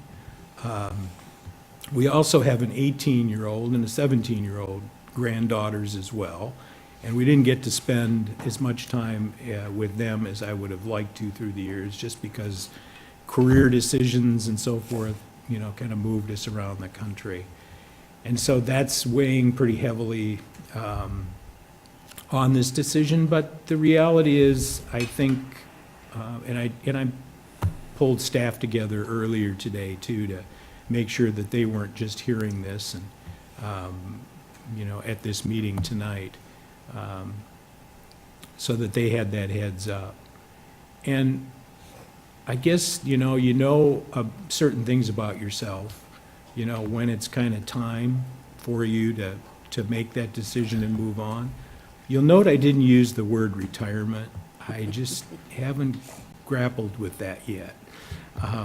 And I suspect that, you know, whether it's, you know, it may be any number of other things, you know, that I've kind of thought about trying in my life, and so that's where I'll go. Well, Tom, you know, I've retired a couple of times already, so Yeah. there's hope. Yeah, but anyway, I, you know, I do appreciate the opportunity to have been brought here, and I can tell you it was with pure happiness when I was told I was selected. So I don't forget that, and I just want to make good on this transition at this point. Well, we need to figure out a process. We'll Yeah. be talking to you about And- that in the and- morning. And you'll get there. You will. So, It's a Okay. good community. You're going to have a good qualified internal and external candidates if that's the way you go. So, Okay. thank you. Thanks so much, Tom. Appreciate it. Public comment on the city manager's report. Okay, we'll go on to calendar.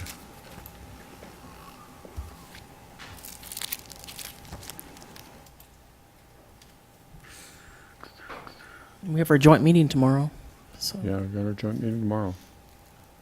We've got the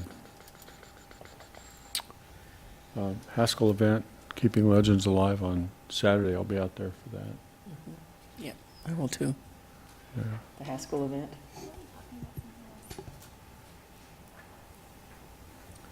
Better speak up, Tom's going to get yelled at again. Yeah. I was asking Vice Mayor Larson if we had talked about something else amongst the two of us, which is why I didn't say Oh, it directly well, he's into still the gonna get microphone. Now you're going to get yelled at for something else.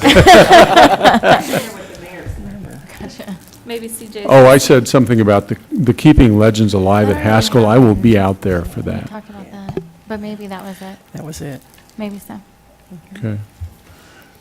And, you know, the other thing, as far as calendar goes, this is Free State Festival week. I mean, I think a lot of us are going to Free State Festival events. They got great events coming up, so, you know, I'm encouraging everybody to show up for those. We do have the week after next, we don't have a meeting next week, obviously. We have the Chapel Hill, North Carolina visit that's occurring the 23rd through the 25th, which is going to be a very good event, I think. I'm looking forward to it, as those folks come here to see what we do and give us some ideas on what they do. So I think that's It's good. a Economic two-way development. exchange. It is, yeah. So you can benefit Yeah. from those For economic interactions. development and just community. Yeah. Okay. I would move we adjourn. Second. Motion from Commissioner Herbert, second from Commissioner Ananda. All in favor? Aye. Aye. Thank you all.